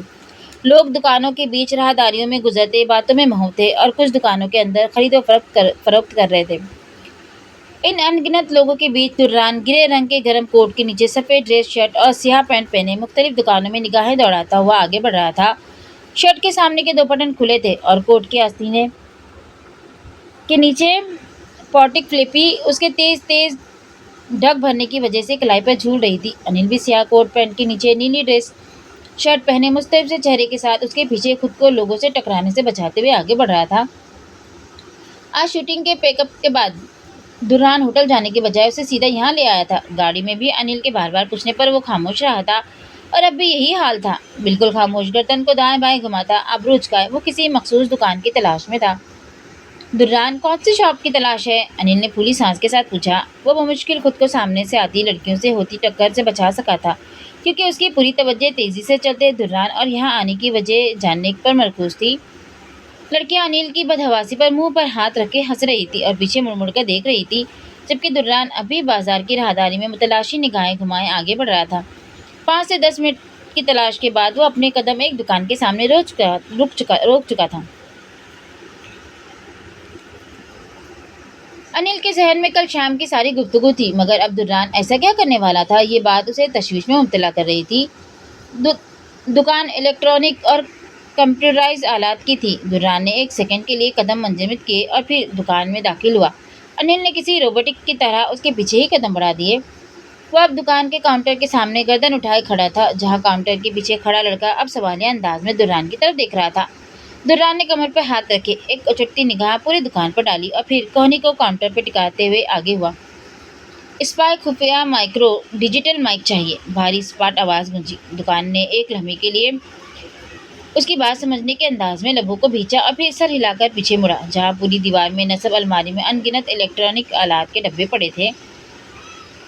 انل نے بھی سرسری دکان پر نگاہ گھمائی اور پھر سراسیمگی سے دران کے قریب ہوا۔ وہ اب گھڑی پر وقت دیکھ رہا تھا۔ دران، کیا کرنے والے ہو؟ بے چینی سے اس کے کان کے قریب سرگوشی کی۔ جواب ندارد۔ وہ بے تاثر چہرہ لیے دکاندار کے ہاتھوں پہ نگاہیں مرکوز کیے ہوئے تھا، جو ڈبے نکال رہا تھا۔ انل الجھ کر آگے ہوا، اس کے برابر میں کاؤنٹر پہ کوہنی ٹکائی اور اس کی نگاہوں کے تعاقب میں نگاہیں سامنے جمائی، جہاں دکاندار اب کچھ ڈبوں پکڑے کاؤنٹر کی طرف بڑھ رہا تھا۔ دران، ہمیں ان سب میں نہیں پڑنا اور نہ ہی ہم مینگولے جا رہے ہیں۔ پرسوں ڈیٹس۔ انل کا لہجہ دو ٹوک تھا۔ دران نے لاپرواہی برتتے ہوئے دکاندار کی طرف مکمل توجہ مرکوز کی، کوہنی کاؤنٹر پر سے اٹھائی اور سیدھا ہوا۔ دکاندار دران کو ڈبوں میں سے نکال کر مختلف مائکرو مائک دکھا رہا تھا۔ انل نے اس کے ہاتھ میں پکڑی چھوٹی سی چپ نما مائک پر سے نگاہیں ہٹائی، جسے وہ کبھی اپنے کوٹ سے چپکا کر اور کبھی اپنے ہاتھ پر چپکا کر دیکھ رہا تھا۔ دران، ہو سکتا ہے تمہیں کل والا معاملہ غلط لگ رہا ہو، اب تم مجھے بتاؤ گے تم کیا کرنے والے ہو؟ انل نے دانت پیستے ہوئے پھر سے کل والی بات دہرا کر سوال کیا۔ ہاروی کو ہگ۔ دران نے گردن موڑے پرسکون لہجے میں مختصر جواب دیا۔ کیا؟ انل کے چہرے کے تاثرات حیرت سے زیادہ دران کی دماغی حالت پر شبہ کرنے جیسے تھے، جبکہ وہ اسی مطمئن انداز میں دکاندار سے مائک پیک کرنے کا کہہ رہا تھا۔ کل سے وہ دران کے دماغ سے یہ بات مٹانے کی کوشش کر رہا تھا کہ اس دفعہ وہ سوچ کو بھانپنے میں غلط ہو سکتا ہے۔ بھلا ہاروی کو اس پر ایسا کیا غرض ہو سکتا ہے کہ وہ اس کی امیج کو خراب کرنے کے لیے اتنا پیسہ لگا دے؟ لیکن دران کی سوچ کی سوئی جب کسی بات پر اٹک جاتی تھی، پھر وہ یوں ہی ہو جاتا تھا۔ انل جچ ہوا، جبڑے بھیجے اور کندھے سے پکڑ کر دران کا رخ اپنی طرف موڑا۔ ایک تو میں یہ سوچتا ہوں گاڈ نے تمہیں ہی ایسا دماغ کیوں دیا؟ لہجہ اب اس کی چپ پر الجھن کا گماسی تھا۔ مائک پیک ہو چکا تھا۔ دران نے کارڈ رقم کی ادائیگی کے بعد جیب میں رکھا اور ہاتھ اٹھائے انل کی حالت سے بے نیازی برتتے ہوئے اس کو چلنے کا اشارہ کیا۔ انل نے خفگی سے گھورا اور قدم اس کے ساتھ بڑھا دیے۔ مگر یہ کیا؟ وہ واپس جانے کی بجائے مارکیٹ میں مزید آگے بڑھ رہا تھا۔ اب ہم کہاں جا رہے ہیں؟ انل نے گہری سانس لیتے ہوئے عادت سے مجبور ہو کر پھر سوال کیا، جبکہ جانتا تھا وہ اس وقت بولنے کے موڈ میں بالکل نہیں۔ چند منٹ یوں ہی راہداری میں گھوم کر وہ ایک بیکری کے سامنے رکا اور پھر اندر قدم بڑھا دیے۔ اب کی بار انل کچھ کہے بنا اس کے پیچھے تھا۔ اب کچھ نہیں پوچھوں گا اس سے۔ سر کو کھپکی اور جھنجھلاہٹ میں زور سے جھٹکا۔ وہ ایک چاکلیٹ کیک اور کچھ سینڈوچز پیک کروا رہا تھا، پھر کچھ کینڈلز خریدے۔ جیسے ہی اس نے دکاندار کو کینڈل کا کہا، انل کی سوالیہ رگ پھر سے پھڑک گئی۔ ایک سیکنڈ میں وہ اپنے اور اس کے درمیان کا فاصلہ ختم کرتا اس کے کندھے سے کندھا ملائے کھڑا تھا۔ یہ کیا ہے آپ سب؟ حیرت سے ہاتھ کینڈل کی طرف کرتے ہوئے سوال پوچھا۔ تمہاری برتھ ڈے کا سامان، پرسکون لہجے میں جواب آیا۔ ہیں؟ انل کا منہ پورا کھل گیا۔ اس کی برتھ ڈے کب تھی آج؟ کیا آج ہے؟ ایک لمحے کو اس کے پورے اعتماد لہجے کی وجہ سے خود گڑبڑا گیا۔ ایک آئیبرو اٹھائے سوچا، نہیں تو یہ جنوری ہے، میری برتھ ڈے مارچ میں ہوتی ہے۔ دران، یہ کیا چکر ہے؟ پھر سوال پوچھا۔ اب کی بار پیشانی پر شکن کا بے پناہ اضافہ تھا۔ وہ سامان کے بیگ ہاتھ میں پکڑ چکا تھا، پھر اس کی طرف دیکھا جو اب تک ہلکا سا منہ کھولے کھڑا تھا۔ تمہاری برتھ ڈے آج ہے اور میں تمہیں سرپرائز پارٹی دے رہا ہوں، ابھی ہوٹل پہنچتے ہی، متوازن لہجے میں جواب دیا اور قدم دکان کے باہر بڑھا دیے۔ انل نے گھور کر اس کی چوڑی پشت کو دیکھا، گہری سانس باہر اڈیلی اور قدم اس کے پیچھے بڑھا دیے۔ چولہے پہ رکھی کتیلی میں پانی کے اندر پتی جوش کھا رہی تھی اور جوئی نگاہیں اس پر جمائے کھڑی تھی۔ گہرے گلابی رنگ کے پرانے سے جوڑے میں دوپٹے کو سینے پہ پھیلائے، سیلف پر دونوں ہتھیلیاں ٹکائے وہ خیالوں میں کھوئی سی کھڑی تھی۔ چولہے کے نیچے جلتی آنچ کا عکس دونوں آنکھوں کی پتلیوں میں چپک رہا تھا۔ اس دن میدان کے واقعے کے بعد سے وہ عجیب کیفیت کا شکار تھی۔ وہ جسے ہمدردی سمجھ رہی تھی، وہ احساس کچھ اور ہی شکل اختیار کرتا جا رہا تھا۔ وہ خود سے تنگ آ رہی تھی۔ اس لڑکے کا خیال اٹھتے بیٹھتے ذہن پر سوار رہنے لگا تھا۔ दुर्रान का उससे टकराव अभी वैसे ही होता था, लेकिन वो अब उसकी तरफ देखने से कतराने लगी थी। कहवा पक चुका था। आंच को हल्का करके वो मुड़ी, फ्रिज में से दूध निकाला, बरामदे में आई तो जॉन की आवाज़ पर फ्रिज को खोलते हाथ लम्हे भर को थम गए। लड़की ने इस्लाम कबूल करके मुस्लिम लड़के से शादी कर ली है। गुस्सैली लहजे में वो मरियम से किसी का जिक्र कर रहे थे। जूही के कान एकदम से खड़े हुए, फ्रिज पर हाथ थम गए थे। जॉन रात का खाना खा रहा था। वो आज बहुत देर से घर आया था और अब वो और मरियम लाउंज में लगी कुर्सियों पर विराजमान थे। खाना सामने लकड़ी की छोटी सी मेज पर रखा हुआ था। जॉन खाने के बाद चाय लाजमी पीता था। सनाना सो चुकी थी और जूही अब जॉन के लिए अच्छी चाय बना रही थी। कौन? मरियम की तशवीशनाक आवाज़ उभरी। अपने आशिक भाई की बेटी है, और कौन? जॉन ने निवाला तोड़ते हुए नाक चढ़ाकर गुस्सैले लहजे में जवाब दिया। जूही ने जल्दी से दूध की बोतल निकाली और फ्रिज बंद किया। ओ खुदा! तो अब? मरियम का हाथ बेसाख्ता दिल पर गया।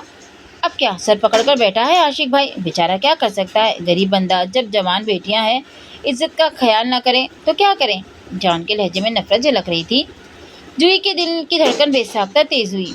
वो तेजी से किचन में दाखिल हुई। कान अभी बाहर ही लगे थे। सालन और डालो, जॉन ने रोब से पास बैठी मरियम को हुक्म दिया। मरियम जो ख्यालों में गर्क थी, सिपटाकर सीधी हुई और प्याली में सालन और डालने लगी। जूही अब दूध कथेली में डाल रही थी। जूही और सनाना कहाँ है? जॉन ने सर झुकाए निवाला तोड़ते हुए अजीब शौकी से लहजे में सवाल किया। सनाना सो गई है, जूही चाय बना रही है आपके लिए। मरियम ने फौरन मौदबाना जवाब दिया। बच्चियों पर ध्यान रखो। थका सा लहजा था। कैसी बातें करते हैं मेरी जूही और सनाना ऐसी नहीं है। मरियम ने फौरन इसकी बात पर खफगी जाहिर की। वो ऐसी नहीं है, लेकिन वक्त ऐसा ही है। जूही के इम्तिहानात के बाद उसे घर बिठा लो।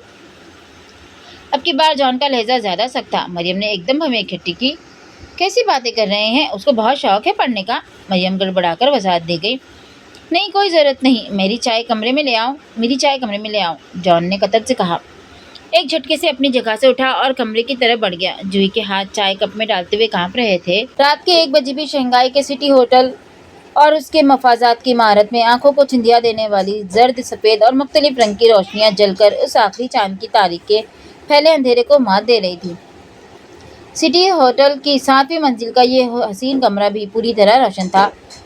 क्रिस्टन ड्राइवर की भीनी सी खुशबू कमरे के हर कोने से उठकर माहौल को मसरूर कुन कर रही थी। 2 नफूस की मौजूदगी के बावजूद कमरे की खामोशी में लैपटॉप के स्पीकर से उभरती बाज़गश्त के अलावा और कोई आवाज़ नहीं थी। कमरे में मौजूद हल्के मस्टर्ड रंग के लेदर के काउच पर दुर्रान और कुछ दूरी पर मौजूद सोफे पर अनिल अपनी समातों को मुकम्मल तौर पर लैपटॉप से उठने वाली बाज़गश्त पर लगाए हमतने गोश्त था।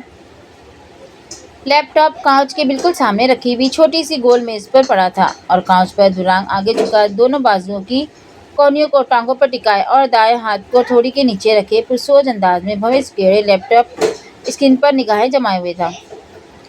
हल्के ग्रे रंग की शर्ट का ग्रेबान टाई से आज़ाद था और सामने के 2 बटन खुले थे। शर्ट की आस्तीन कलाई से ऊपर तक मुड़ी हुई थी, जहां कलाई की मजबूत रगें अब लैपटॉप से उठने वाली बाज़गश्त पर तनकर उभर रही थी।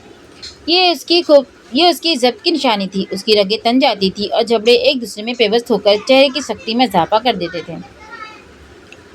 अनिल की झूठी सरप्राइज बर्थडे पार्टी पर वो हार्वी के कान के पीछे गर्दन पर माइक्रोचिप लगाने में कामयाब हो चुका था, जिसके फरिश्तों को भी इल्म नहीं था कि वो गेम खेलने का आदी था।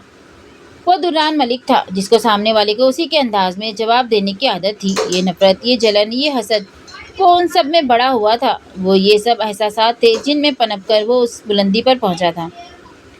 अब भी हार्वी और ब्रूस के साथ इंडस्ट्री के बहुत से लोग उसकी इस कामयाबी पर कितने कीनातोज हैं, ये वो बाखूबी जानता था। ये तलखी, ये रूखापन, ये खाली वीरान कह और समुंदर सी गहराई ली आंखें, ये सब सहकर यहाँ पहुँची थी। इसीलिए वो उस दिन हार्वी के दावत देने पर ही ठिठक गया था और अब उसको ज़्यादा देर इंतज़ार नहीं करना पड़ा था।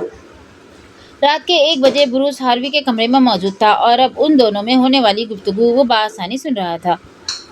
ये मेडिसिन काम करेगी क्या? हार्वी का मोतजिब लहजे में पूछा गया सवाल लैपटॉप के स्पीकर में साफ सुनाई दे गया था। यकीनन ब्रूस ने हार्वी को कोई मेडिसिन दिखाई थी जिसके बारे में वो उससे इफ्तिसार कर रहा था। ऐसी वैसी अच्छों की बैंड बज जाती है इससे, तो दुर्रांग क्या चीज़ है?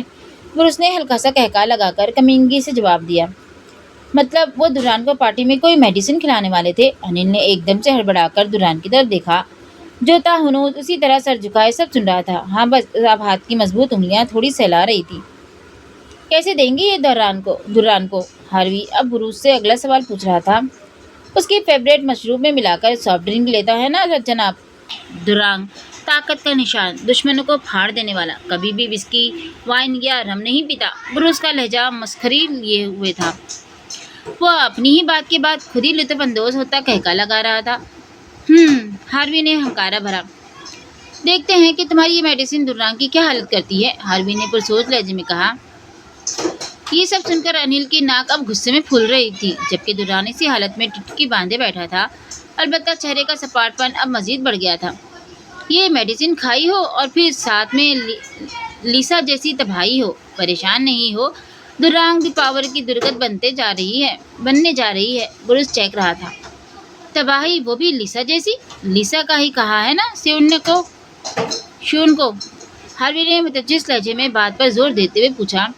हाँ, सब सेट हो चुका है, सब फाइनल है। लीसा वक्त पर मैंगोले पहुंच जाएगी। ब्रूस उसे लड़की के बारे में मालूमात दे रहा था, जिसको वो शायद दुर्रान को फंसाने के लिए उस रात बुलवा रहे थे। दुर्रान के कमरे में कैमरे नस्ब करवा दिए हैं, बेड का व्यू है। ब्रूस अब हार्वी को मजीद मालूमात दे रहा था। अनिल बार बार दुर्रान के चेहरे के तासरात पर झांकती निगाह उठा रहा था, जो उसी तरह पुरसोच बैठा था। यस, और अब तो सब इंतजार में है। स्टेफन, केल्विन सब पैसा लगा चुके हैं। हमारे साथ काम का पंगा और नखरा दुर्रान को महंगा पड़ जाएगा। हार्वी ने मजे से ब्रूस के ठिठके में उसका साथ दिया। बस एक दफा इस एटीट्यूड पावर मैन का ये भरम चकनाचूर हो जाए, फिर देखना किस मुंह से ये फिल्म से मनाजिर तलब करवाएगा। ब्रूस के दांत पीसने जैसी आवाजें आई। दोनों का मुश्तरका बेबाक कहका गूंजा। दुर्रान ने बाजू को झटका और आबरू उचकाए। कलाई पर बंदी घड़ी पर निगाह डाली। सुइयां रात का 1:15 बजा रही थी। चल, रात बहुत हो रही है, मैं चलता हूँ, गुड नाइट। ब्रूस अब हार्वी से इजाजत तलब कर रहा था। दुर्रान सीधा हुआ और हाथ बढ़ाकर लैपटॉप को बंद कर दिया। दोनों हाथों की उंगलियों को आपस में फंसाए सर की पुष्ट पीछे किया और काउच की पुष्ट से सर टिकाया। कंधों से फिसलते ही कसरती बाजू और वाजे हो रहे थे। लबों पर इस्तेज़ाया मुस्कुराहट आंखों की चमक के साथ साथ गहरी हो रही थी, जबकि अनिल उसके बरक सर थाम चुका था। ओह जीसस, ये सब करने वाले हैं तुम्हारे साथ, और सबके सब मिले हुए हैं कमीने, और हम नहीं जाएंगे तो मुंह की खानी पड़ेगी इन सबको। अनिल ने हैरत से आंखें फैलाए और फिर अपना ख्याल जाहिर किया। दुर्रान की तरफ देखा, जिसके चेहरे पे मौजूद तमानत में जरा भी फर्क नहीं आया था। वो अब कांच के हत्थे पर बाजू फैलाए दूसरे हाथ में पकड़े अपने मोबाइल की स्क्रीन को ऊपरी रुख घुमा रहा था। आंखों की पुतलियों में स्क्रीन के बदलते अक्स वाज़े हो रहे थे। अनिल, मेरा विलियम बी स्पोर्ट फोक स्वीट रेडी करवाना कल शाम के लिए, अगन से लहजे में हुक्म सादिर किया। अनिल ने चौंक कर देखा। मुंह होते चेहरे पर हैरत वाज़े थी।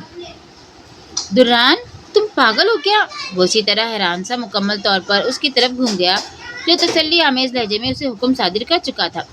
और हाँ, सर्च कर लेना तुम कैसे कंट्रोल करोगे खुद को इस मेडिसिन के बाद, क्योंकि ब्रूस कह रहा है बैंड बच जाती है तो बच जाती होगी। सपाट लहजे में अगला हुक्म सादिर किया।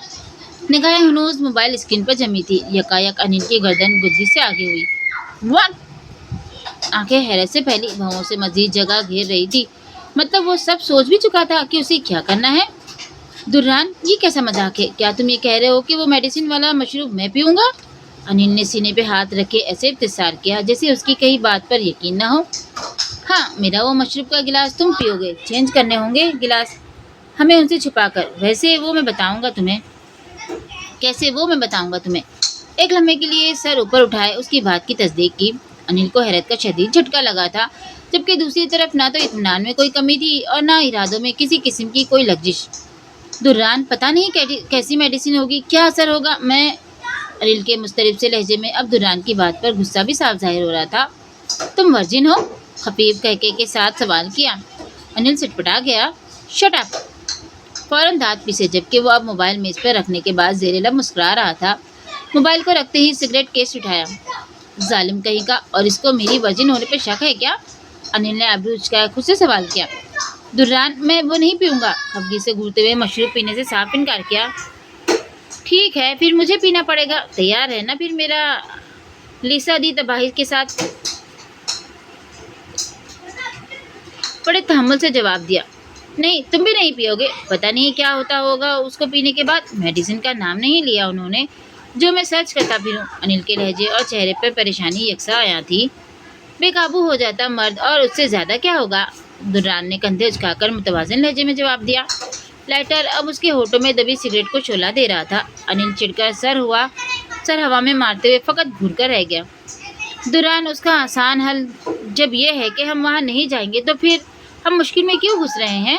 अनिल तेजी से 3 ढक भरता अब उसके सर पर खड़ा हुआ था, जो मजे से कागज की पुष्प पे सर टिकाए अब धुआं हवा में छोड़ रहा था।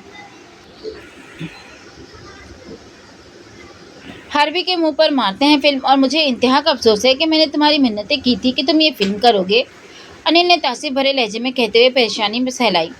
और मुझे खुशी हो रही है, लबों को गोलाई की शक्ल में करते हुए धुएं के मरगुले को हवा में छोड़ा। अनिल ने तासिफ भरी सांस खारिज की। कोई फायदा नहीं था, वो ठान चुका था सब, और अब सामने खुला में निगाहें मरकूज किए पुरअज़म लहजे में कह रहा था। जब दुश्मन खुफिया चालें चल रहा हो तो उसे उसकी ही टक्कर से जवाब देना चाहिए, खुलेआम नहीं। वो सोच चुका था उसे उनकी जलाई आग में कूदकर ही उनको मात देनी है, और वैसे भी वो अपनी बहुत सी बातों के साथ इस सोच को भांप लेने वाली खासियत को सबसे पोशीदा ही रखता था। ये दुनिया ऐसी ही है, उसने जिंदगी के हर कदम पर टांगे खींचने वाले देखे थे। एक दौड़ है ये जिंदगी, जहाँ हर जगह में आपको ऐसे लोग मिलेंगे जो हसद की आग में जलेंगे, आपको मात देने के लिए हर हद से गुजरने को तैयार होंगे। और दुर्रान मलिक के लिए ये सब अनोखा नहीं था। कराची के समंदर की मौजें इस शहर की बहुत सी अजियतों, नाइंसाफियों और इंसानों के रूप में छुपे बहुत से भेड़ियों के जुल्म से बेखबर साहिल से टकराकर वापस जा रही थी। ये मदरसा रियाजुल जन्नत का सहन था, जहाँ इस वक्त बहुत से 10 से 14 साला बच्चे इशा की नमाज की अदायगी के बाद अब एक बड़े से हॉलनुमा कमरे में दाखिल हो रहे थे। कमरे में कतार दर कतार चटाइयाँ बिछी थी। एक तरफ लगी अलमारी में अनगिनत कुरान पाक और ऊपर नीचे रखे हुए थे। यहाँ अब रात को एक दफ़ा सब कुरान पाक हिफ्ज़ करने वाले तुलबा को सबक की दोहराई करने के बाद सोने जाना था। ये वो बच्चे थे जो कुरान को हिफ्ज़ करने के लिए मदरसे में से ही रिहाइश रखते थे। यहाँ बच्चों की तरह बहुत से उस्तादों को भी मदरसे में रिहाइश दी गई थी। तमाम बच्चे कमीज शलवार में मलबूस पाइचों को टुकनों से ऊपर किए, सरों पर क्रोशिये से बनी सफ़ेद टोपी पहने अब ज़मीन पर बिछी चटाइयों पर कतार दर कतार बैठ रहे थे। कुरान पाक को रेहल पे सजाए आगे पीछे झूलते बच्चे कारी के आने से पहले सबक की जोर और शोर से तिलावत की सूरत में दोहराई कर रहे थे। उन्हीं बच्चों में 10 साला दुर्रान मलिक भी मौजूद था, जो मटियाले रंग के पतले से कमीज शलवार में मलबूस यहाँ बैठे तमाम बच्चों की तरह आगे पीछे झूल नहीं रहा था, बस आंखें बंद किए तिलावत में मगन था। वह पहले की निस्बत दुबला हो गया था, चेहरे पर अब भी बेतहाशा संजीदगी थी। दस्तगीर बेगम ने 5वीं क्लास के बाद उसे स्कूल की तालीम देने के बजाय कुरान पाक का हाफिज बनाने का फैसला किया था। इस फैसले पर सभी खुश हुए थे, क्योंकि अब सबकी जिंदगियां हराम करने वाला दुर्रान सिर्फ हफ्ते बाद ही घर में नजर आता था।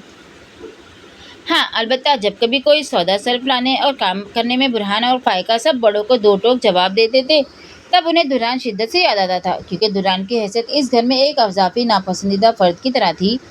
इसलिए मलिक हाउस में यावर और स्वंद के अलावा हर शख्स उसे अपना जर खरीद गुलाम ही समझता था। मलिक हाउस की सरबराही दस्तगीर बेगम के हाथ में थी, और वो जो भी फैसला करती थी असवद और यावर की उनके सामने कुछ नहीं चलती थी। दुर्रान तो महज 10 साल की उम्र में भी सारा दिन घर के मुख्तलिफ कामों में पिसा जाता था। नुक्कड़ की दुकान के चाहे 400 चक्कर लगाने हो, वो दुर्रान ही लगाता था। किसी को पानी का गिलास भी भरकर देना, दस्तगीर बेगम की छड़ी पकड़ाकर उनको बिस्तर से उठाना, बैठे बैठे हर बंदे को पानी का गिलास पिलाना, रात को अपने स्कूल के जूतों के साथ बुरहान और फायका के जूते पॉलिश करना, हर दफ़ा घंटी पर दरवाज़ा खोलने जाना, यावर के छोटे बेटे राहिब को झूला देना, यावर की बेटी सबरीना को गोद में उठाए फिरना। उसने जब से होश संभाला था अपने इर्द गिर्द की दुनिया ऐसी ही देखी थी, जिसमें सुबह से गए रात को वापस आने वाले यावर और असद मलिक के अलावा किसी फर्द की आंख में उसके लिए उनसत नहीं थी। जब जिस वक्त भी जिसका भी दिल चाहता वो उसे उसकी गलती पर थप्पड़ और गुस्सा जड़ देता था। जब वो ज़्यादा छोटा था तो बुरहान और फायका को मार कर अपना गुस्सा निकाल लेता था, मगर अब वो उनकी जगह छत की दीवारों पर गुस्से मारता था। वो रोता नहीं था, जब भी कोई उसे अजियत देता वो खुद को अजियत में देता था। वो छत पर जाकर दीवारों को गुस्से और टाँके मारता था, और मुतवातर उस वक्त तक मारता रहता था जब तक उसे तकलीफ का एहसास नहीं होने लगता था। और वक्त गुजरने के साथ साथ ही तकलीफ का एहसास कम होता जा रहा था। गाल पर पड़ने वाले थप्पड़ की तो अब उसे जलन भी तक नहीं होती थी। उसे शुरू से सरकारी स्कूल में पढ़ाया गया था, मगर वो वहाँ भी अपनी कारकर्दगी में अपना आप साबित कर चुका था। 5वीं जमात तक वो हर जमात में अव्वल आया था, मगर 5वीं जमात के फौरन बाद दस्तगीर बेगम ने हुक्म जारी कर दिया था कि वो अब कुरान हिफ्ज करेगा। उन्हें दुर्रान के खून से अभी यहूदियत की बू आती रहती थी और उन्होंने हुक्म सादिर किया था वो कुरान हिफ्ज करेगा तो ही वो इस पर से फिरंगी होने का लेबल हटाएंगी। और हर बार की तरह वो एक रोबोट की मानी सर झुकाए उसके मदरसे में आ गया था। मदरसे के हॉल में बच्चों के पढ़ने का शोर यकायक से बढ़ा था, क्योंकि कारी अब हॉल में आ चुका था। सफ़ेद रंग के गोल घेरे वाले कमीज सलवार में मलबूस, कंधे पर साफा रखे वो कोई 30 साला इस मदरसे का पुराना कारी था। ये रात को सबक की दोहराई करवाने वाला कारी था, क्योंकि उसकी रिहाइश मदरसे के हॉस्टल नुमा हिजरे में ही थी। उस जैसे बहुत से दूर दराज गाँव के आय कारी मस्जिद के हिजरों में ही मुकीम थे, जो बच्चों को कुरान हिफ्ज करवाने की तालीम देते थे।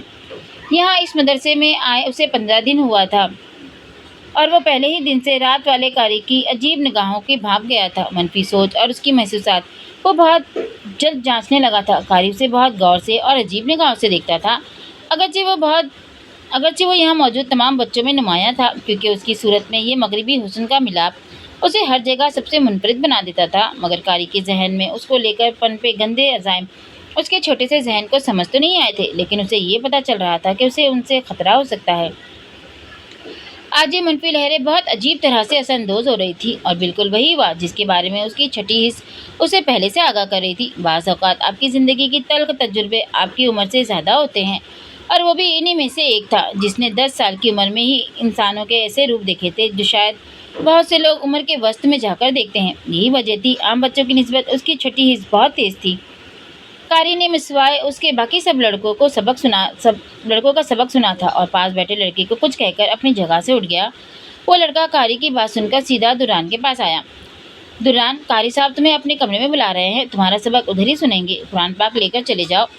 15 साला लड़का उसे हुक्म सादिर करने के बाद अपना कुरान पाक थामे अलमारी की तरफ बढ़ गया। दुर्रान अपनी जगह से उठा और कुरान को वहीं कुरान की रेल में रखते हुए हॉल में मौजूद बड़ी सी लकड़ी की अलमारी की तरफ बढ़ गया, जहां उसको एक खाना दिया गया था जिसे बाहर की तरफ ताला लगता था। उसमें से उसकी तमाम चीज़ें थीं, जिनमें वो बहुत सी अजीब चीज़ें भी साथ लाया था, जिनको वो अपने साथ रखता था। एक छोटा सा मर्दाना रेज़र का ब्लेड, छोटी सी कैंची, एक चेन। उसे ऐसी चीज़ें जमा करने की आदत थी। उसने एक ट्रांस की कैफियत में अलमारी के खाने का ताला खोला और छोटे ब्लेड को अपनी 2 उंगलियों के बीच में दबा डाला। वापस आया और कुरान पाक को सीने से लगाकर कारी के हुजरे की तरफ चल दिया। उस हॉल में से निकलकर बड़ा सा सहन था, और सहन से पीछे खुलने वाले दरवाजे में मदरसे का हॉस्टल था, जहाँ बहुत से कमरे थे और यहीं पर उस्तादों के हुजरे थे। वो अब कारी के हुजरे के दरवाजे के सामने खड़ा था, जहाँ दरवाजे के आगे सफ़ेद रंग का मलमल का पर्दा अंदर चलते पंखे की हवा से हिल रहा था। उसने हाथ की उंगलियों को हल्की से जुम्बिश दी और ब्लेड उंगली की पोरों में जकड़ लिया। एक हाथ से पर्दा हटाकर वो हिजरे में दाखिल हुआ। सामने नज़र कारी पर पड़ी, जो उस छोटे से कमरे में मौजूद एक चारपाई पर लेटा हुआ था, और दूसरी चारपाई खाली थी, जहाँ दूसरा कारी आज शायद छुट्टी पर था। कैसा है दुर्रान? आजा, डर मत, कारी ने पुचकारते हुए मिठास भरे लहजे में कहा और उठकर बैठ गया। दुर्रान ने सर झुकाए कदम आगे बढ़ाए और चारपाई के पास आकर कदम रोक दिए। मेरी टांगें दबा दे पहले, फिर तेरा सबक सुनता हूँ। कुरान वहाँ मेज़ पर रख कर आजा। कारी की आंखें अब उसके चेहरे पे घूम रही थी। दुर्रान खामोशी से आगे बढ़ा और कुछ दूर रखी मेज़ पर आहिस्तेगी से कुरान पाक रखकर वापस मुड़ा। अल्लाह की किताब पढ़ाने वाले के दिल में शैतान ऐसा घेरा डालकर बैठा था कि उसे इस मुकद्दस किताब को अपने सामने मेज़ पर रखवाते हुए भी एक लम्हे के लिए खौफ नहीं आया था। आजा, खड़ा क्यों है? आजा मेरे पास, कारी ने खबासत से दांत निकालते हुए कहा। दुर्रान ने एक निगाह कुरान पर डाली, आंखें बंद की और फिर खोली और कदम आगे बढ़ा दिए। कारी के चेहरे पर मौजूद शैतानियत और बदलती नीयत उसके नन्हे जहन को झंझोड़ रही थी। जैसे ही वो कारी की चारपाई के करीब पहुंचा, कारी ने उसका बाजू थामकर एक झटके से उसे अपने करीब किया। दुर्रान की निगाह अभी कुरान पाक पर थी, जिसका गुलाब पंखे की हवा से हिल रहा था। ऐसे बैठ जा मेरी गोद में, कारी के लहजे की खबासत और उसके मुंह से उठती निस्वार की बदबू उसकी नाक के नथनों में घुसकर उसके आसाब को चौकन्ना कर रही थी। वो उसे अपनी गोद में जकड़ रहा था। वो नहीं जानता था कारी उसके साथ क्या करना चाहता है, लेकिन हाँ, दिमाग बार बार उसे इशारा दे रहा था, और उसका दिमाग कभी भी उससे झूठ नहीं बोलता था। कारी की हरकत उसके साथ अच्छी नहीं थी। छोड़ो मुझे, सपाट मगर सख्त लहजे में रौब से कहा। कारी, जो हवास खोए शैतान का रूप धार चुका था, उसके यूं सख्त लहजे में कहने पर वो जोश में आ गया। चुप कर, नहीं तो कल सारा दिन एक टांग पर खड़ा रखूंगा, समझा? चुप, जो कर रहा हूँ करने दे, ये कपड़ा डाल मुंह के अंदर। कारी का लहजा शैतानियत के नशे में डूब गया था। वह पास पड़े अपने साफे को जबरदस्ती दुरान के मुंह के अंदर ठूस रहा था। दुरान ने कोहनी उसके सीने पे मारते हुए हाथ को एक झटका दिया और अंगूठे और अंगुष्ठ उंगली में फंसाए ब्लेड रुख मोड़ते ही कारी की गर्दन पे इस तेजी से फेरा कि वो बिलबिला उठा। जैसे ही उसके हाथों की गिरफ्त कम हुई, दुरान तेजी से उससे दूर हुआ। ओ नामुराद, तड़प कर वो अपनी ही जगह से उठा था। गर्दन पर जैसे ही हाथ रखा तो खून से लथपथ था। खौफ से उसकी टांगें कांप गई। दुरान ने आगे बढ़कर कुरान को उठाया, सीने से लगाया और कमरे के दरवाजे की तरफ दौड़ लगा दी। कुंडी को बर्फ रफ्तार से खोला और मदरसे के बैरूनी गेट की तरफ दौड़ लगा दी। पकड़ो इस खबीज को, मेरा गला काट दिया इसने। कारी की वहशतनाक आवाज कमरे में और मदरसे में बरामदे में गूंज रही थी। अच्छा क्या? उसके भागते कदम सारी आवाजों को, चीखों को और अपने अकब में भागते कदमों को पीछे छोड़ रही थी। वो बहुत तेज भाग रहा था, बहुत तेज। कुरान को एक हाथ से सीने से लगाए उसकी सांसें उथल पुथल थी। वो एक सेकंड के लिए रुका नहीं था और इतनी रफ्तार से भागा था कि किसी के हाथ नहीं आया था। मदरसे की दरवाजे से निकलकर सुनसान गली में और फिर सड़क पर दौड़ती भागती ट्रैफिक में वो अंधाधुंध भाग रहा था। सीना धक धक कर रहा था और एक अजीब सी गर्मी का एहसास दिला रहा था। कोई इसको थपक रहा था। कुरान गर्म हो रहा था। खाई बहुत गहरी थी जिसमें बहुत से सांप और बिच्छू रेंग रहे थे। उसकी टांगें खाई में लटक रही थी और हाथों ने किनारे के पत्थरों को बमुश्किल थाम रखा था। बचाओ, कोई है, बचाओ मुझे, वो घुटी सी आवाज में चीख रही थी। लेकिन जितना ऊंचा चीखना चाहती थी वैसा चीख नहीं पा रही थी। आवाज घुट रही थी, गला खुश्क था। बार बार वो सर झुकाकर खाई की तरफ देख रही थी जहां अनगिनत सांप अपने फन फैलाकर उसके गिरने के इंतजार में थे। अचानक किसी हाथ की गिरफ्त उसे अपने हाथ पर महसूस हुई।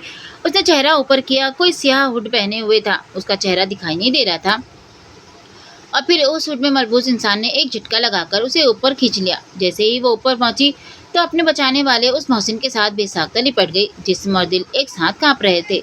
वो साकिन खड़ा था। उसका जिस्म किसी पत्थर की तरह मजबूत था और सीना चौड़ा था। जूही ने अपने अंदर सुकून उतरता महसूस किया। अचानक चीखें उभरने लगी, जिस्मानी चीखें। चीखों के भयानक आवाज पर उसकी आंख खुली। वो बोसीदा से पलंग पर बोसीदा चादर पर लिपटी थी। सटपटाकर उठ बैठी और उठते ही दिल से ठेस उसी। काश ख्वाब हकीकत और ये हकीकत ख्वाब होता। वो वहीं थी, ब्लैक मार्केट में, और आज चौथा दिन था यहाँ। आज फिर किसी लड़की को कोड़े पड़ रहे थे। शायद वो कमरा उनके कमरे के करीब था, इसलिए लड़की की दर्दनाक आवाजें उसे यहाँ भी सुनाई दे रही थी। सारी लड़कियां चेहरे घुटनों में देकर बैठी थी। बस एक वो थी जो यूं हुक्कों की तरह नींद से उठकर बैठी थी। अचानक बहुत से कदमों की चाप उनके कमरों की तरफ सुनाई दी। श्योन 3 लड़कों के साथ था। उनके कमरों के सामने से गुजरते हुए अचानक उस पर निगाह पड़ने पर थम गया। आंखों को सुकेड़कर उसे देखा। रुक, लॉक खोल इस कमरे का। अपने साथ खड़े लड़के को उसने हाथ के इशारे से हुक्म सादिर किया। जूही का जिस्म कांप गया। अब एहसास हुआ घुटनों में चेहरा ना देकर उसने कितनी बड़ी गलती की। जैसे ही दरवाजा खुला, श्योन खबासत से उसे जांचता हुआ उसके करीब आया। ये चाहिए मुझे, आज रात मेरे फ्लैट पर कुछ क्लाइंट आ रहे हैं, उसको एकदम चमकाकर पेश करना है उनके सामने। श्योन ने करीब होकर एक झटके से उसके चेहरे को अपने हाथों में दबोचा। वो तड़पकर ऊपर हुई। उसके अंगूठे गालों के दोनों अतराफ में पेवस्त होने की जानलेवा तकलीफ थी। और फिर उसने एक झटके से छोड़ा और बाहर निकल गए। वो लोग अब तेज तेज वहां से निकल गए थे। जूही ने तड़प कर तमन्ना की तरफ देखा। ये क्या कह रहा था? आवाज कांप रही थी। तुम्हें आज रात ले जा रहे हैं, तमन्ना ने आस्तिकी से जवाब दिया और सर झुका दिया। बाकी दोनों लड़कियां भी तरस खाती निगाहों से उसे देख रही थी। जूही एकदम से कुछ खाने जैसी कैफियत में आ गई थी। सांप बिच्छू जिस्म पर रेखते महसूस हो रहे थे। तमन्ना उसकी तरफ बढ़ी और उसके कंधे पे हाथ रखा। पहली दफा है? तमन्ना ने खान के करीब होकर आस्तिकी से पूछा। जूही ने फटी आंखों से सर इस बात में हिलाया। ओ अल्लाह, बेसाख्ता उसके मुंह से निकला और फिर उसने जूही को खुद में भींच लिया। सूरज पूरी तमाजा से लाइजेरिया की इमारतों के सरों पर चमक रहा था। सर्दी का मौसम कराची में बस हल्की सी झलक दिखाकर रुखसते सफर बांधने की तैयारी पकड़े हुए था। यही वजह थी अब सूरज की तपिश जिस्म को हिद्दत बख्शने लगी थी। दोपहर के इस वक्त लोग घरों में दुबके हुए थे। इक्का दुक्का शख्स ही इमारतों के गिर्द नवाह में मामूल के कामों में मशगूल नजर आ रहे थे। इन इमारतों के घटनज़दा फ्लैटों में से एक फ्लैट के बैरूनी दरवाजे से वो बाहर निकली थी। नीले रंग के कलियों वाले खुले से कुर्ते के नीचे तंग पायचों का कैपरी और हमरंग शिफॉन के दुपट्टे को गले में स्कार्फ की सूरत लपेटे घुंघराले बालों की ढीली सी पोनी किए वो अब थकी थकी सी इमारत की ऊपरी मंजिल की जीनों की तरफ बढ़ रही थी। जिस फ्लैट में से वो निकली थी ये उसकी वाहिद दोस्त हिना का घर था, जहां वो आज उसके साथ मिलकर आई थी। काम के दाखिला फॉर्म पुर करने गई थी। मरियम ने बड़ी मुश्किल से जॉन से उसकी तालीम जारी रखने की इजाज़त ली थी। वो अपने शौक पर आई काम में दाखिला लेना चाहती थी, क्योंकि वो बहुत जल्द जॉन की माली मदद के लिए कोई मुलाजमत करना चाहती थी और बीकॉम करने के बाद उम्मीद थी कि कहीं ना कहीं कोई मुलाजमत ज़रूर मिल जाएगी। मुलाजमत मिलते ही वो अपने बाप का एक बेटे की तरह सहारा बन जाएगी। जॉन की तबीयत अब नासाज रहती थी और कंपनी में सफाई सुथराई का काम इंतहाई मुशक्कत तलब था। वो हर गुजरते दिन के साथ कमज़ोर होता जा रहा था। जूही से अपने बाप की हालत देखी नहीं जाती थी, लेकिन वह जॉन की तरह कहीं भी सफाई सुथराई जैसी मुलाजमत हरगिज़ नहीं करना चाहती थी। हिना भी उसके साथ ही सरकारी कॉलेज में आई काम का दाखिला फॉर्म भर चुकी थी। अब वो जाते ही सोने के इरादे से आहिस्ता आहिस्ता जीने चढ़ती हुई ऊपर जा रही थी। दुरान को यहाँ नजर आए हफ्तों बीत गए थे। वो एकदम से गायब हुआ था और फिर कभी नजर नहीं आया। अनु तो अक्सर अभी भी नजर आता जाता था, लेकिन वो कहीं भी नजर नहीं आता था। वो जब भी बालकनी में जाती तो खाली बेंच देखते ही दुरान का ख्याल, उसका चेहरा, उसकी आंखें छपाक से जहन के पर्दों में चमकने लगती। अब भी अनु के फ्लैट के पास से गुजरते हुए न जाने क्यों वो जहन के पर्दों पर उमड़ आया था। अनु के फ्लैट पर ताला था। एक तो ये लोग महीने के 15 दिन कहीं ना कहीं गए रहते थे। जूत ने बताया था उनका ननियाल हैदराबाद में है और वो अक्सर किसी न किसी तकरीब में शिरकत के लिए वहाँ गए रहते हैं। मुंह बसोरे वो एक निगाह फ्लैट पर डालती आगे बढ़ी, जब अचानक किसी के तेज तेज सीढ़ियां चढ़ने की आवाज पर वो अभी रुक मुड़कर देखने ही वाली थी कि कोई नफ्स तीर की सी तेजी से उसके पास से गुजरता ऊपर चढ़ा। वो एक पल में उसे पहचान गई थी। वो दुरान ही था। स्याह पैंट पर हल्के भूरे रंग की शर्ट, जेबेतन किए, बिखरे बालों और उसी तरह सपाट चेहरे वाला, लेकिन वो आज मामूल से भी ज्यादा परेशान दिखाई दे रहा था। उसे यूं आज देखकर लम्हा भर को तो जूही के कदम उसी जीने पे मंजमद हुए। फिर पता नहीं उसके अंदाज की अजलत और परेशान चेहरे में ऐसा क्या था कि वो उसके ताकुब में चोरी चोरी जीने चढ़ने लगी। शायद उसकी एक वजह ये थी कि अनु के फ्लैट की मंजिल तो नीचे थी, फिर वो क्यों ऊपर जा रहा था। वो लगातार जीने चढ़ता ही जा रहा था। जूही दबे कदमों उसके पीछे चल रही थी। एक अनजानी सी कशिश थी जो खींच रही थी और वो बेसबब खींचती चली जा रही थी। वो यूं ही लंबी लंबी टांगों से सीढ़ियां फलांगता इमारत की छत पर पहुंच गया था। छत पर लोहे का बड़ा सा जंग आलूद दरवाजा था जो अक्सर खुला रहता था और उस वक्त भी खुला था। जूही ने जैसे ही छत के दरवाजे की ओट से छत पर झांका, कदमों तले से जमीन खिसक जाने वाला हिसाब था। वो इमारत की छोटी सी दीवार पर कूदने की गर्ज से खड़ा था। इमारत के वसीओ अरीज छत पर काट कबाड़ के ढेर लगे थे। सीमेंट की ईंटें, लोगों के घरों की ईंटें, टंकियां और मिट्टी से अटी इस छत की दीवारें बहुत छोटी थी, जिनमें से दाएं तरफ की दीवार पर वो दोनों कदम ऊपर रखे खड़ा था। क्या वो खुदकुशी करने जा रहा है? जहन में ये ख्याल लपकते ही वो धड़कते दिल और दबे कदमों से आगे बढ़ रही थी। जिस्म के रोंगटे खड़े थे। शायद वो उसे रोक नहीं पाएगी। उसके करीब पहुंचने तक शायद वो छलांग लगा देगा। एक अजीब सा खौफ था जिसके जेर असर वो आगे बढ़ रही थी। वो बेखौफ वो खतर दीवार पर खड़ा था और यूं किनारे पे खड़ा था कि शायद अगर उसके कदमों की हल्की सी चाप भी सुनता तो नीचे गिर जाता। मगर वो तो किसी ट्रांस की हालत में था, शायद किसी बुत की मानिंद खड़ा। जूही सांस रोके अब बिल्कुल उसके करीब पहुंच चुकी थी। हाथ बढ़ाया और उसकी शर्ट को पुश से थाम लिया। रुको, खौफजदा आवाज में कहा और उसकी शर्ट को पीछे से दबोचकर कुछ इस तरह खींचा कि वो लड़खड़ा गया। जूही के शर्ट को दबोचकर पूरी कुव्वत से अपनी तरफ खींचने की वजह से वो कुछ अंदाज में बौखलाया कि हड़बड़ाकर जूही के कंधों को थामते हुए भी ना संभल सका और दोनों एक साथ फर्श पर गिरे। उसके लिए ये सब गैर मुतवक्का था, इसलिए वो जूही की यहाँ मौजूदगी और खुद को इस तरह बचाने पर हैरत ज़दा उसके चेहरे की तरफ देख रहा था, जो अब यूँ ज़मीन पर गिरने पर ही करा रही थी। तकलीफ के आसार की वजह से नाक इकट्ठी थी और परेशानी पर लकीरें थी, और ऊपर से दुरान का वजन। दुरान की हैरत एकदम से गुस्से में तब्दील हुई और फिर वो एक झटके से उसके ऊपर से उठा। जूही उसके उठते ही सर को थामे बड़ रफ्तारी से उठी। सुनो, रुको, क्या करने वाले हो थे तुम? पागल हो क्या? कूदने जा रहे थे? जल्दी से उठकर वो तकरीबन भागती हुई अब बिल्कुल उसके सामने खड़ी थी। हाथ अब भी सर की पुश्त को सहला रहा था, जहाँ गिरने की वजह से दर्द की टीसें उठ रही थी। दुर्रान ने तेवरी चढ़ाकर एक गजबनाक निगाह उस पर डाली। ये लड़की दुनिया में मौजूद موجود ان گنتی کے لوگوں میں سے تھے جن میں سے ہمیشہ اسے مثبت لہریں موصول ہوتی تھی۔ وہ اس لڑکی سے کترانے لگا تھا۔ اس کی سوچ میں خود کے لیے بلا وجہ کی ہمدردی اس کی سمجھ سے باہر تھی۔ وہ اکثر اس سے ٹکرا جاتی تھی اور پھر اس دن میدان میں اسے پتا چلا کہ وہ جوت کی بہن ہے۔ جوت کو وہ انو کے چھوٹے بھائی کی وجہ سے پہچانتا تھا، لیکن آج وہ یوں اس کے پیچھے چھت پر چلی آئے گی، یہ بات اس کی سوچ سے بالکل برعکس تھی۔ اب وہ اس بات میں بھی حیرت زدہ تھا کہ وہ لڑکی جان چکی ہے کہ وہ خود کو ختم کرنے کی غرض سے یہاں موجود ہے۔ جیسے ہی دلہا نے روبوٹ کی مانند پھر سے دیوار کا رخ کیا، جوہی نے لپک کر اس کے بازو کو دونوں ہاتھ سے دبوچا۔ دلہا نے دانت پیسے ایک خوفناک نگاہ اس پر ڈالی اور پھر زور سے اپنے بازو کو جھٹکا، مگر وہ تو کسی چوئنگم کی طرح چپک گئی تھی۔ کیوں مرنا چاہتے ہو؟ میں نہیں کرنے دوں گی تمہیں یہ۔ جوہی اس کے چھڑواتے بازو کے ساتھ جھول رہی تھی۔ دوران کی رگیں غصے سے مزید ابھر رہی تھی اور وہ تھی کہ اس کے غصے کی پرواہ کیے بنا اس کو روکنے کی کوشش میں پھولی سانسوں سمیت سوال پر سوال کر رہی تھی۔ ایسا کیا غم ہے؟ تم ایسے کیوں ہو؟ جوہی کا بازو کندھے سے تھوڑا نیچے سے تھامے آنکھوں میں جھانکتے ہوئے اسے آگے بڑھنے سے روک رہی تھی۔ دوران نے ایک لمحے کے لیے گہری سانس لی اور گردن کو خم دے کر اسے گھورا۔ آنکھوں میں عجب طرح کی حیرت اور غصے کے آثار واضح تھے۔ چھوڑو مجھے، بھائی مگر ٹھہرے لہجے میں گرایا۔ اس سارے عرصے میں وہ پہلی دفعہ یہ جوہی سے مخاطب ہوا تھا۔ ایک لمحے تو اس کی آواز کے سحر میں وہ جکڑی گئی تھی، پھر سے جھٹک کر اس کی طرف متوجہ ہوئی جو اسے کھا جانے والے نگاہوں سے گھور رہا تھا۔ نہیں چھوڑوں گی، تم کود جاؤ گے، وہ ڈھیٹ پن سے کہا۔ دوران نے اپنی زندگی میں اتنی مضبوط لڑکی کبھی نہیں دیکھی تھی۔ وہ اتنا طاقتور تھا، جس زور سے وہ بازو کو جھٹک رہا تھا اسے تو لڑک کر ایک طرف گر جانا چاہیے تھا، مگر وہ چچڑی ہو کر چمٹی ہوئی تھی۔ دوران کی آنکھوں کی پتلیاں مزید سکڑی اور جبڑے مخصوص انداز میں ایک دوسرے میں پیوست ہوئے۔ گہری بیزار سانس لے کر گردن موڑے ہوا۔